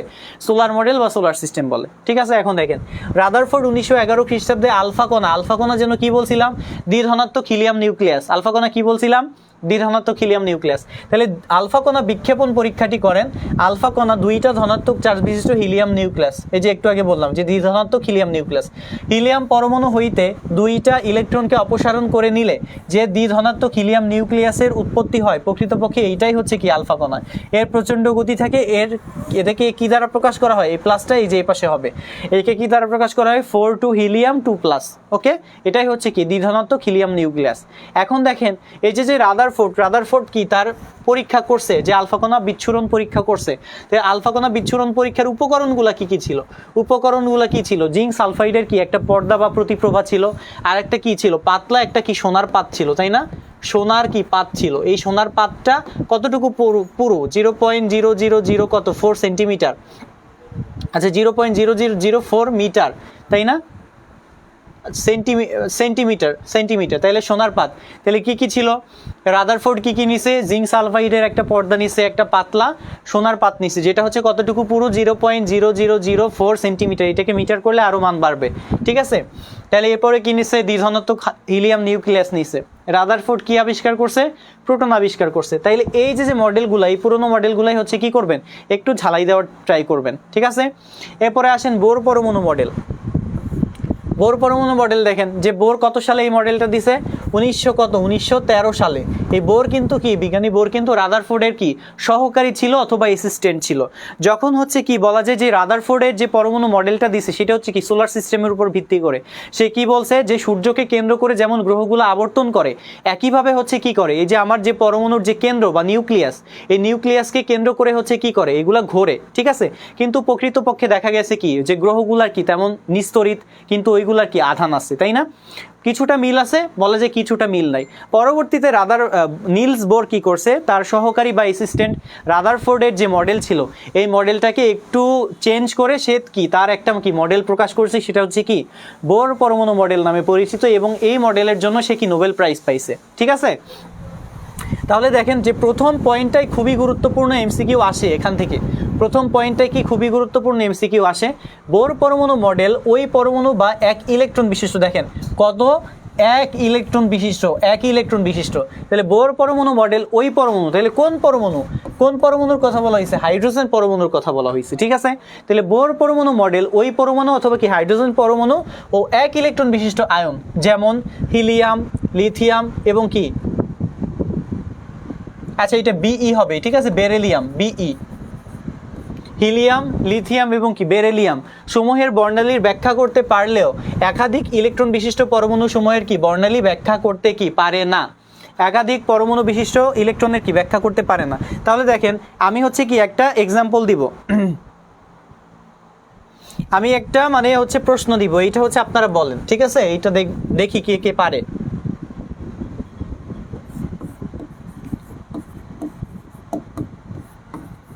নিচের কোনটির ব্যাখ্যা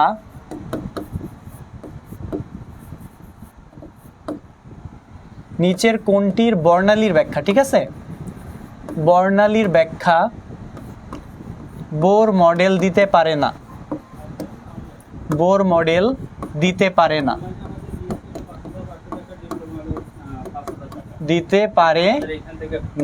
তাহলে দেখেন option A, B, C, D, তাহলে এইটা বলবেন, ঠিক আছে?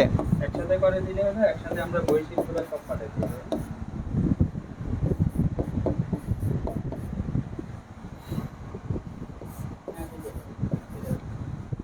এখন বলেন তাহলে নিচের কোনটির বর্ণালীর ব্যাখ্যা বোর পরমাণু মডেল দিতে পারে না?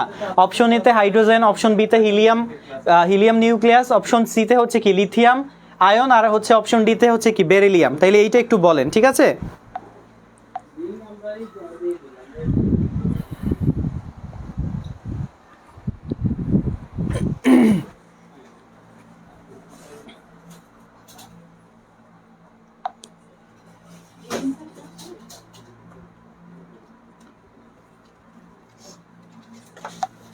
তাহলে এটা একটু বলে ফেলেন যে নিচের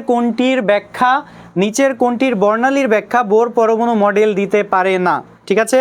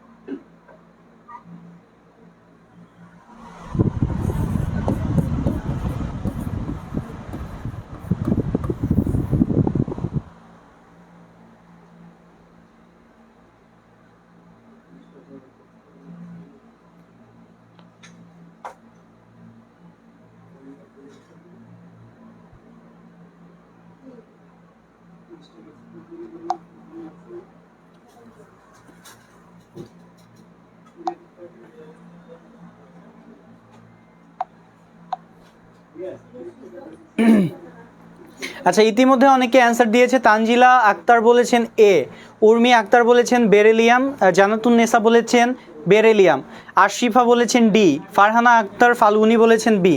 আচ্ছা, যারা যারা আছেন সবাই একটু অ্যান্সার দেওয়ার ট্রাই করেন, ঠিক আছে? যে নিচের কোনটির বর্ণালীর ব্যাখ্যা বোর পরমাণু মডেল দিতে পারে না? Hydrogen, helium ion, lithium ion, আরেকটা হচ্ছে কি বেরিলিয়াম।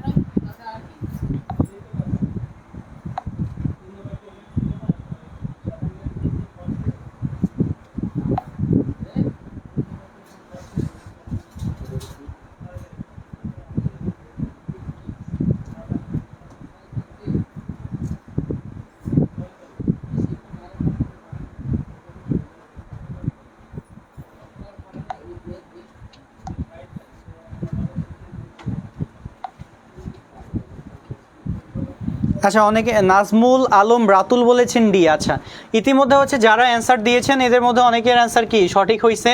তাহলে অ্যান্সার হবে কি ডি। তো যারা যারা হচ্ছে ডি বলছেন অথবা বেরিলিয়াম বলছেন তাদের অ্যান্সার কি সঠিক হয়েছে, তাদের অ্যান্সার সঠিক হয়েছে। কেন দেখেন, একটু আগে হচ্ছে কি যখন আমরা কি বলেছি, যারা যারা হচ্ছে ডি বলছেন অথবা বেরিলিয়াম বলছেন তাদের অ্যান্সার কি সঠিক হয়েছে, তাদের কংগ্রাচুলেশনস অথবা অভিনন্দন, তাদের জন্য একটা হাততালি। আপনারা বুঝছেন, ক্লাস বুঝছেন, ঠিক আছে? আচ্ছা, এখন দেখেন কি বলা হয়েছে। একটু আগে কি বললাম, বোর পরমাণু মডেল ওই পরমাণু ও এক ইলেকট্রন বিশিষ্ট, কি একটা ইলেকট্রন থাকবে, একটা ইলেকট্রন বিশিষ্ট আয়ন, তাদের বর্ণালীর ব্যাখ্যা করতে পারলেও একাধিক ইলেকট্রন বিশিষ্ট পরমাণু সমূহের বর্ণালী ব্যাখ্যা করতে পারে না। তাহলে দেখছেন এইটা থেকে, এই পয়েন্টটা থেকেই আমি কি এমসিকিউটা হচ্ছে কি বানাই দিছি, এই পয়েন্টটা থেকে কি এমসিকিউটা হচ্ছে কি মেক করে দিয়েছি, ঠিক আছে? তাহলে দেখেন এখানে হচ্ছে হাইড্রোজেনের কত, হাইড্রোজেনের এক ইলেকট্রন। তাও লিথিয়ামের কত, লিথিয়ামের তিনটা ইলেকট্রন, কিন্তু কি 2+ ক্যাটায়ন, অর্থাৎ ক্যাটায়ন তৈরি করছে, থাকে কয়টা আর একটা। হিলিয়ামের কত, পারমাণবিক সংখ্যা 2টা, বা প্রোটন নাম্বার কত 2টা, বা ইলেকট্রন নাম্বার কত 2টা, সেখান থেকে প্লাস আয়ন, তার মানে কত একটা ইলেকট্রন থাকতেছে। আর বেরিলিয়ামের কি কোনো মানে আমি কি কোনো চার্জ দিয়েছি, চার্জ দিই নাই, তাহলে বেরিলিয়ামের হচ্ছে কত 4। তাহলে ওর একটা ইলেকট্রন, ওর একটা ইলেকট্রন, ওর একটা ইলেকট্রন। তাইলে বোর পরমাণু মডেল এক ইলেকট্রন বিশিষ্ট সব কিছুর ব্যাখ্যা দিতে পারলেও একাধিক ইলেকট্রন বিশিষ্ট কি মৌলের ব্যাখ্যা দিতে পারে না, ঠিক আছে? তাহলে একাধিক কোনটা, একাধিক কার আছে, বেরিলিয়ামের আছে। তাইলে কি বেরিলিয়ামের ক্ষেত্রে কি সে বর্ণালীর ব্যাখ্যা দিতে কি পারবে না। সুতরাং যারা ভুল অ্যান্সার দিয়েছেন তারা হচ্ছে কি বুঝতে পারছেন, ঠিক আছে? আচ্ছা, তাহলে বোর পরমাণু মডেলটা হচ্ছে খুব ভালো করে হচ্ছে কি আপনারা পড়ে নেবেন। এরপর হচ্ছে দেখেন আইসোটোপ, আইসোবার এবং আইসোটোন সম্পর্কে আরেকটু ধারণা দিব। আইসোটোপ কাকে বলে, আইসোবার কাকে বলে, আইসোটোন কাকে বলে, যদিও আপনারা জানেন, আরেকবার একটু রিপিট করতেছি। যেসব মৌলের পারমাণবিক বা প্রোটন সংখ্যা সমান, আইসোটোপে কি আছে প, এই প দিয়া কি মনে রাখবেন, এর প্রোটন সংখ্যা সমান থাকবে। তাহলে যেসব মৌলের পারমাণবিক বা প্রোটন সংখ্যা সমান কিন্তু ভর সংখ্যা ভিন্ন, তাদের কি বলে, একে অপরের আইসোটোপ বলে। তাইলে উদাহরণ হচ্ছে কি কি, হাইড্রোজেন, ঠিক আছে, উদাহরণ হচ্ছে কি হাইড্রোজেনের যে আইসোটোপগুলো আছে, যে 2 2 দেখেন 3 আর 3 ভর সংখ্যা আলাদা কিন্তু কি প্রোটন সংখ্যা 1 1 1 করে, তাহলে এরা হচ্ছে কি পরস্পরের আইসোটোপ, ঠিক আছে। পরবর্তীতে চলে আসেন আইসোবার। আইসোবার কাদেরকে বলতেছি, বিভিন্ন মৌলের যেসব পরমাণুর ভর সংখ্যা সমান, যেসব পরমাণুর ভর সংখ্যা সমান কিন্তু প্রোটন সংখ্যা ভিন্ন, তাদেরকে একে অপরের কি বলে, আইসোবার বলে। তাহলে আইসোবার দেখেন হাইড্রোজেন এবং কি হিলিয়াম পরস্পরের কি আইসোবার, কারণ ওর কি ভর সংখ্যা সমান, ওরও ভর সংখ্যা সমান কিন্তু কি প্রোটন সংখ্যা কি আলাদা না, তাহলে কি বলা যায়, এই দুইটা হচ্ছে কি পরস্পরের কি আইসোবার। জি ভাইয়া এখন বুঝতে পারছি, আচ্ছা ঠিক আছে। এখন দেখেন তাহলে আইসোটোপ হচ্ছে কি যেসব মৌলের পারমাণবিক বা প্রোটন সংখ্যা সমান কিন্তু ভর সংখ্যা ভিন্ন, তাদের একে অপরের কি বলে, আইসোটোপ বলে। এই যে ভর সংখ্যা কি ভিন্ন কিন্তু প্রোটন সংখ্যা কি সেম, ওকে।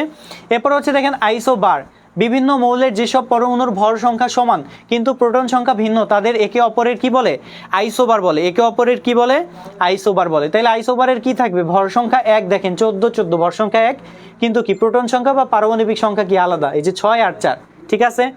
এরপরে হচ্ছে দেখেন আইসোবার হয়ে গেল। আইসোটোনটা কি, তাইলে আইসোটোন দেখেন যেসব পরমাণুর নিউট্রন সংখ্যা সমান, এই যে ন দিয়ে মনে রাখবেন কি নিউট্রন সংখ্যা সমান, যেসব পরমাণুর নিউট্রন সংখ্যা সমান কিন্তু পারমাণবিক সংখ্যা ভর সংখ্যা আলাদা আলাদা বা ভিন্ন, তাদেরকে কি বলা হয়, একে অপরের আইসোটোন বলা হয়। যেমন দেখেন আমরা হচ্ছে কি কার্বন আর নাইট্রোজেন নিয়ে উদাহরণ দিতে পারি। 13 থেকে 6 বিয়োগ করেন, এই যে কার্বনের 13, অর্থাৎ ভর সংখ্যা থেকে আপনি প্রোটন সংখ্যা বাদ দেন, তাহলে কত থাকে, 7 থাকে। আবার নাইট্রোজেনের কি ভর সংখ্যা থেকে পারমাণবিক সংখ্যা বাদ দেন, তাহলে কত থাকে, 7 থাকে। দুইটারই কি নিউট্রন সংখ্যা কি সমান না, তাহলে যেসব পরমাণুর নিউট্রন সংখ্যা সমান, যেসব পরমাণুর নিউট্রন সংখ্যা সমান তাদেরকে কি বলবো, পরস্পরের কি আইসোটোন বলা হয়, ঠিক আছে। আচ্ছা ইতিমধ্যে একজন খুব ভালো করে বুঝেছে, জানাতুন্নিসা বলেছেন আইসোটোপের পি, পি মিন্স প্রোটন সংখ্যা সমান, আইসোবারের বি, বি কে বিকৃতি করে ভ বানাই দেন, ভ মিন্স ভর সংখ্যা সমান, আইসোটোনের ন, ন মিন্স কি নিউট্রন সংখ্যা সমান, ঠিক আছে। আচ্ছা পরবর্তীতে চলে আসি আইসোমার। আইসোমারটা কি, যেসব পরমাণুর নিউক্লিয়াসের পারমাণবিক সংখ্যা, দেখেন পরমাণুর নিউক্লিয়াসের পারমাণবিক সংখ্যা ভর সংখ্যা পরস্পর সমান কিন্তু অভ্যন্তরীণ গঠন ও ধর্মের মধ্যে বৈসাদৃশ্য রয়েছে, তাদেরকে পরস্পরের আইসোমার বলে, ঠিক আছে। তাহলে উদাহরণ হচ্ছে কি এটা স্থায়ী মূল কণিকা, কম্পোজিট কণিকা, এগুলা বলে নিছি ভাইয়া, ঠিক আছে। এগুলা কি আপনাদের কি লেখাই দিছি একটু আগে।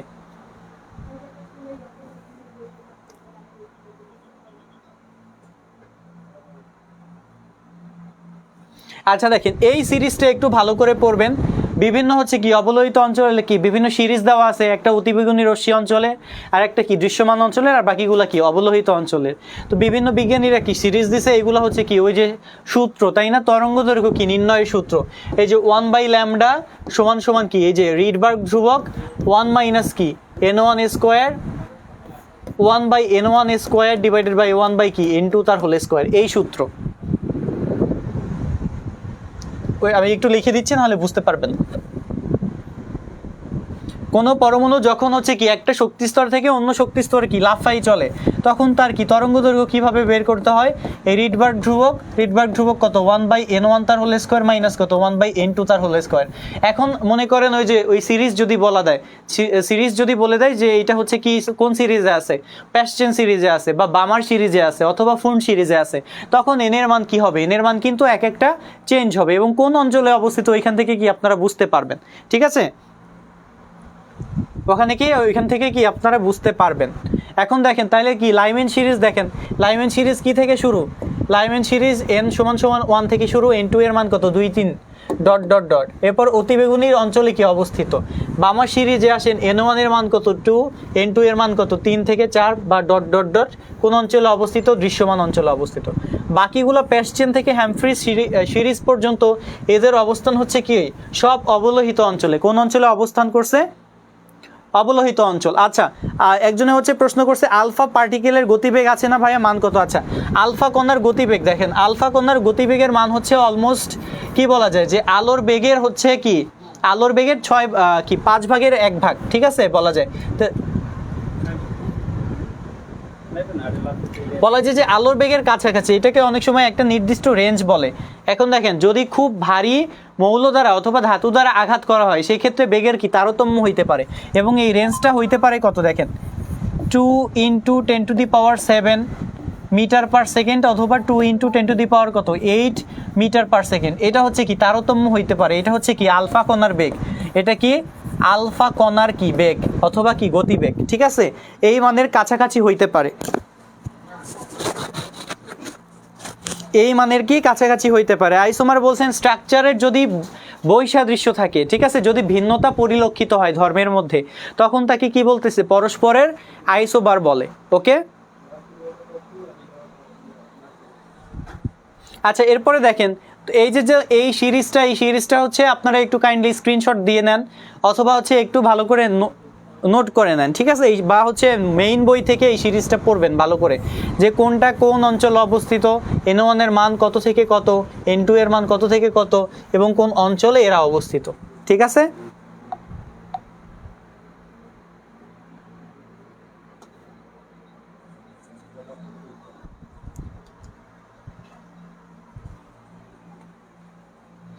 আর হচ্ছে আপনারা তো জানেন যে পারমাণবিক ভর সংখ্যা বা পারমাণবিক সংখ্যা অথবা প্রোটন সংখ্যা অথবা নিউট্রন সংখ্যা কিভাবে বের করতে হয়, যে ভর সংখ্যা কাকে বলে, একটা মৌলের প্রোটন এবং কি নিউট্রন সংখ্যার সমষ্টিকে কি বলে, ভর সংখ্যা অথবা কি বলে, মানে নিউক্লিয়ন সংখ্যা বলে, ঠিক আছে।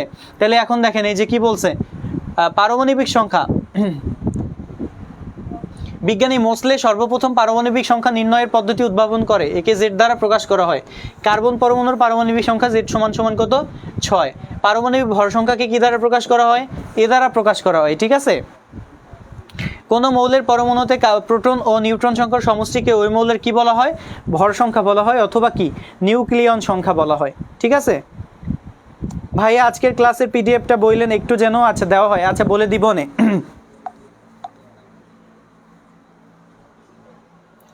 আচ্ছা, তো এইটা হচ্ছে কি আপনারা বেসিকটা তো জানেন, সুতরাং এটা নিয়ে আমি আর কি ঘাটাইলাম না।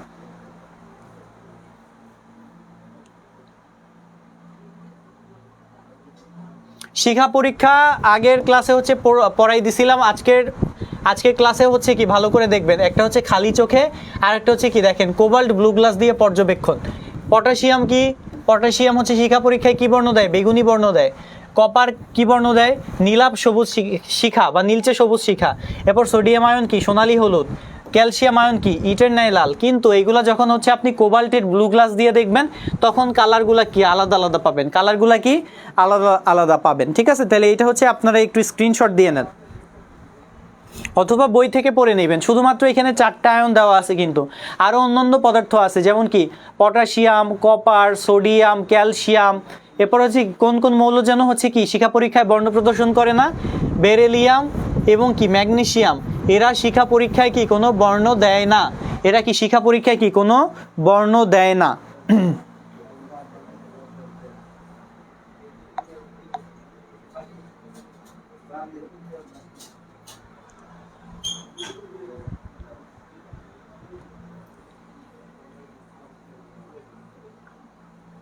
আচ্ছা, এগুলা ডাইজেস্টে আছে, তাহলে এই ডাইজেস্টে থাকলে তো খুবই ভালো, মনে করেন ডাইজেস্ট থেকে এগুলা খুব ভালো করে পড়ে নেবেন। এখন দেখেন এর বাইরে হচ্ছে কিছু টপিক বলে দেবো, এগুলো খুব ভালো করে হচ্ছে আপনারা পড়বেন, ঠিক আছে। সবাই নোট করে নেন, এগুলো ভালো করে পড়বেন। সময় সংক্ষিপ্ততার কারণে হচ্ছে এগুলা হচ্ছে জাস্ট বলে দিব, আপনারা পড়ে নেবেন নিজ দায়িত্বে। এমআরআই ভালো করে পড়বেন। দৃশ্যমান আলো, দৃশ্যমান অঞ্চলের আলোক রশ্মি,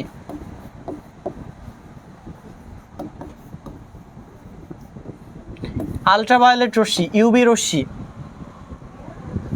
এমআরআই পড়বেন, দৃশ্যমান অঞ্চলের আলোক রশ্মি পড়বেন, আলট্রাভায়োলেট রশ্মি পড়বেন। তরঙ্গ দৈর্ঘ্য,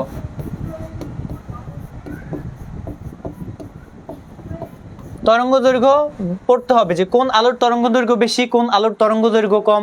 এরপর হচ্ছে ইনফ্রারেড রে, আইআর, আইআর রশ্মি, আইআর রশ্মিকে কি বিভিন্ন ভাগে ভাগ করা যায়। একটা হচ্ছে কি ফার আইআর, একটা হচ্ছে কি নিয়ার আইআর, একটা হচ্ছে নিয়ার আইআর, নিয়ার আইআর, আর একটা হচ্ছে কি বলে মিডল আইআর, মিডল আইআর। এই প্রত্যেকটা রশ্মির ব্যবহার করবেন। ফার আইআর হচ্ছে কি ব্যথা উপশমে ব্যবহার করা হয়, নিয়ার আইআর চিকিৎসার কাজে ব্যবহার করা হয়, এরপরে মিডল আইআর কি জৈব যৌগের কার্যকরী মূলক শনাক্তকরণে ব্যবহার করা হয়। এমআরআই, এমআরআই কি ম্যাগনেটিক রেজোনেন্স হচ্ছে কি ইমেজিং, এমআরআই চৌম্বকীয় অনুরণন প্রতিচ্ছবি কি কাজে ব্যবহার করে, মস্তিষ্কের টিউমার নির্ণয় অথবা কি রোগ নির্ণয়ে। দৃশ্যমান অঞ্চলে আলোক রশ্মি কোন কাজে লাগে, সালোক সংশ্লেষণে লাগে। কোন আলোর তরঙ্গদৈর্ঘ্য বেশি, লাল আলোর তরঙ্গদৈর্ঘ্য বেশি। কোন আলোর তরঙ্গদৈর্ঘ্য কম, বেগুনি আলোর তরঙ্গদৈর্ঘ্য কম। যে আলোর তরঙ্গদৈর্ঘ্য বেশি থাকবে তার বিচ্যুতি কি হবে, কম হবে। তাহলে লাল আলোর বিচ্যুতি কম, কারণ লাল আলোর তরঙ্গদৈর্ঘ্য কি বেশি। যার তরঙ্গদৈর্ঘ্য বেশি তার বিচ্যুতি কম, যার তরঙ্গদৈর্ঘ্য কম তার বিচ্যুতি বেশি। তার মানে বেগুনি আলোর তরঙ্গদৈর্ঘ্য কি সবচেয়ে কম এবং কি বেগুনি আলোর বিচ্যুতি সবচেয়ে বেশি। তাহলে এই যে তরঙ্গদৈর্ঘ্য, কোন কোন তরঙ্গদৈর্ঘ্য বা কোন রশ্মির তরঙ্গদৈর্ঘ্য, মাইক্রোওয়েভ, রেডিও বা বেতার তরঙ্গ, টেলিভিশনের তরঙ্গ, এই তরঙ্গগুলো হচ্ছে কি খুব ভালো করে পড়বেন, ঠিক আছে। তরঙ্গ খুবই খুবই খুবই গুরুত্বপূর্ণ একটা টপিক। এখান থেকে বলা যায় এমসিকিউ মাস্ট, এখান থেকে এমসিকিউ মাস্ট থাকবে। আলট্রাভায়োলেট রশ্মি কোন কাজে ব্যবহার করা হচ্ছে, ঠিক আছে। আলট্রাভায়োলেট রশ্মি বা অতিবেগুনি রশ্মি কোন কোন কাজে ব্যবহার করা হচ্ছে, এইগুলাই হচ্ছে কি আপনারা আরেকটু ভালো করে পড়বেন।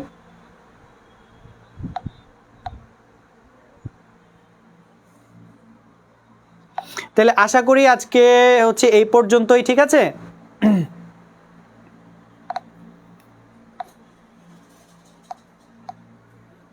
আজকে এই পর্যন্তই, আপনারা সবাই ভালো থাকবেন। এবং ফার্দার আজকের ক্লাস থেকে হচ্ছে মনে করেন যদি হচ্ছে আপনাদের কি কোনো প্রশ্ন থাকে, সেটা হচ্ছে নেক্সট ক্লাসে আমাকে হচ্ছে কি আপনারা নোট ডাউন করে বলতে পারেন যে স্যার প্রিভিয়াস ক্লাসে একটা টপিকে সমস্যা ছিল, বুঝতে পারি নাই, সো আপনি একটু কাইন্ডলি বুঝাই দিলে হইতো, ঠিক আছে। তাহলে এরকম আপনারা হচ্ছে কি আস্ক করতে পারেন, বুঝতে পেরেছেন।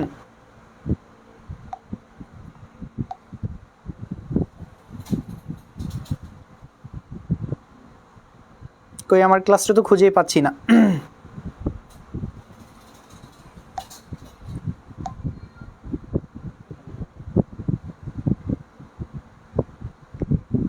আচ্ছা, তাহলে আজকে এই পর্যন্ত। আশা করি ক্লাসটা মোটামুটি বুঝছেন এবং ভাল লাগছে। তো এই ক্লাসের উপরে হচ্ছে কি আপনারা খুব ভালো করে প্রিপারেশন নেবেন, কারণ গুণগত রসায়ন কিন্তু খুবই ইম্পর্টেন্ট একটা চ্যাপ্টার।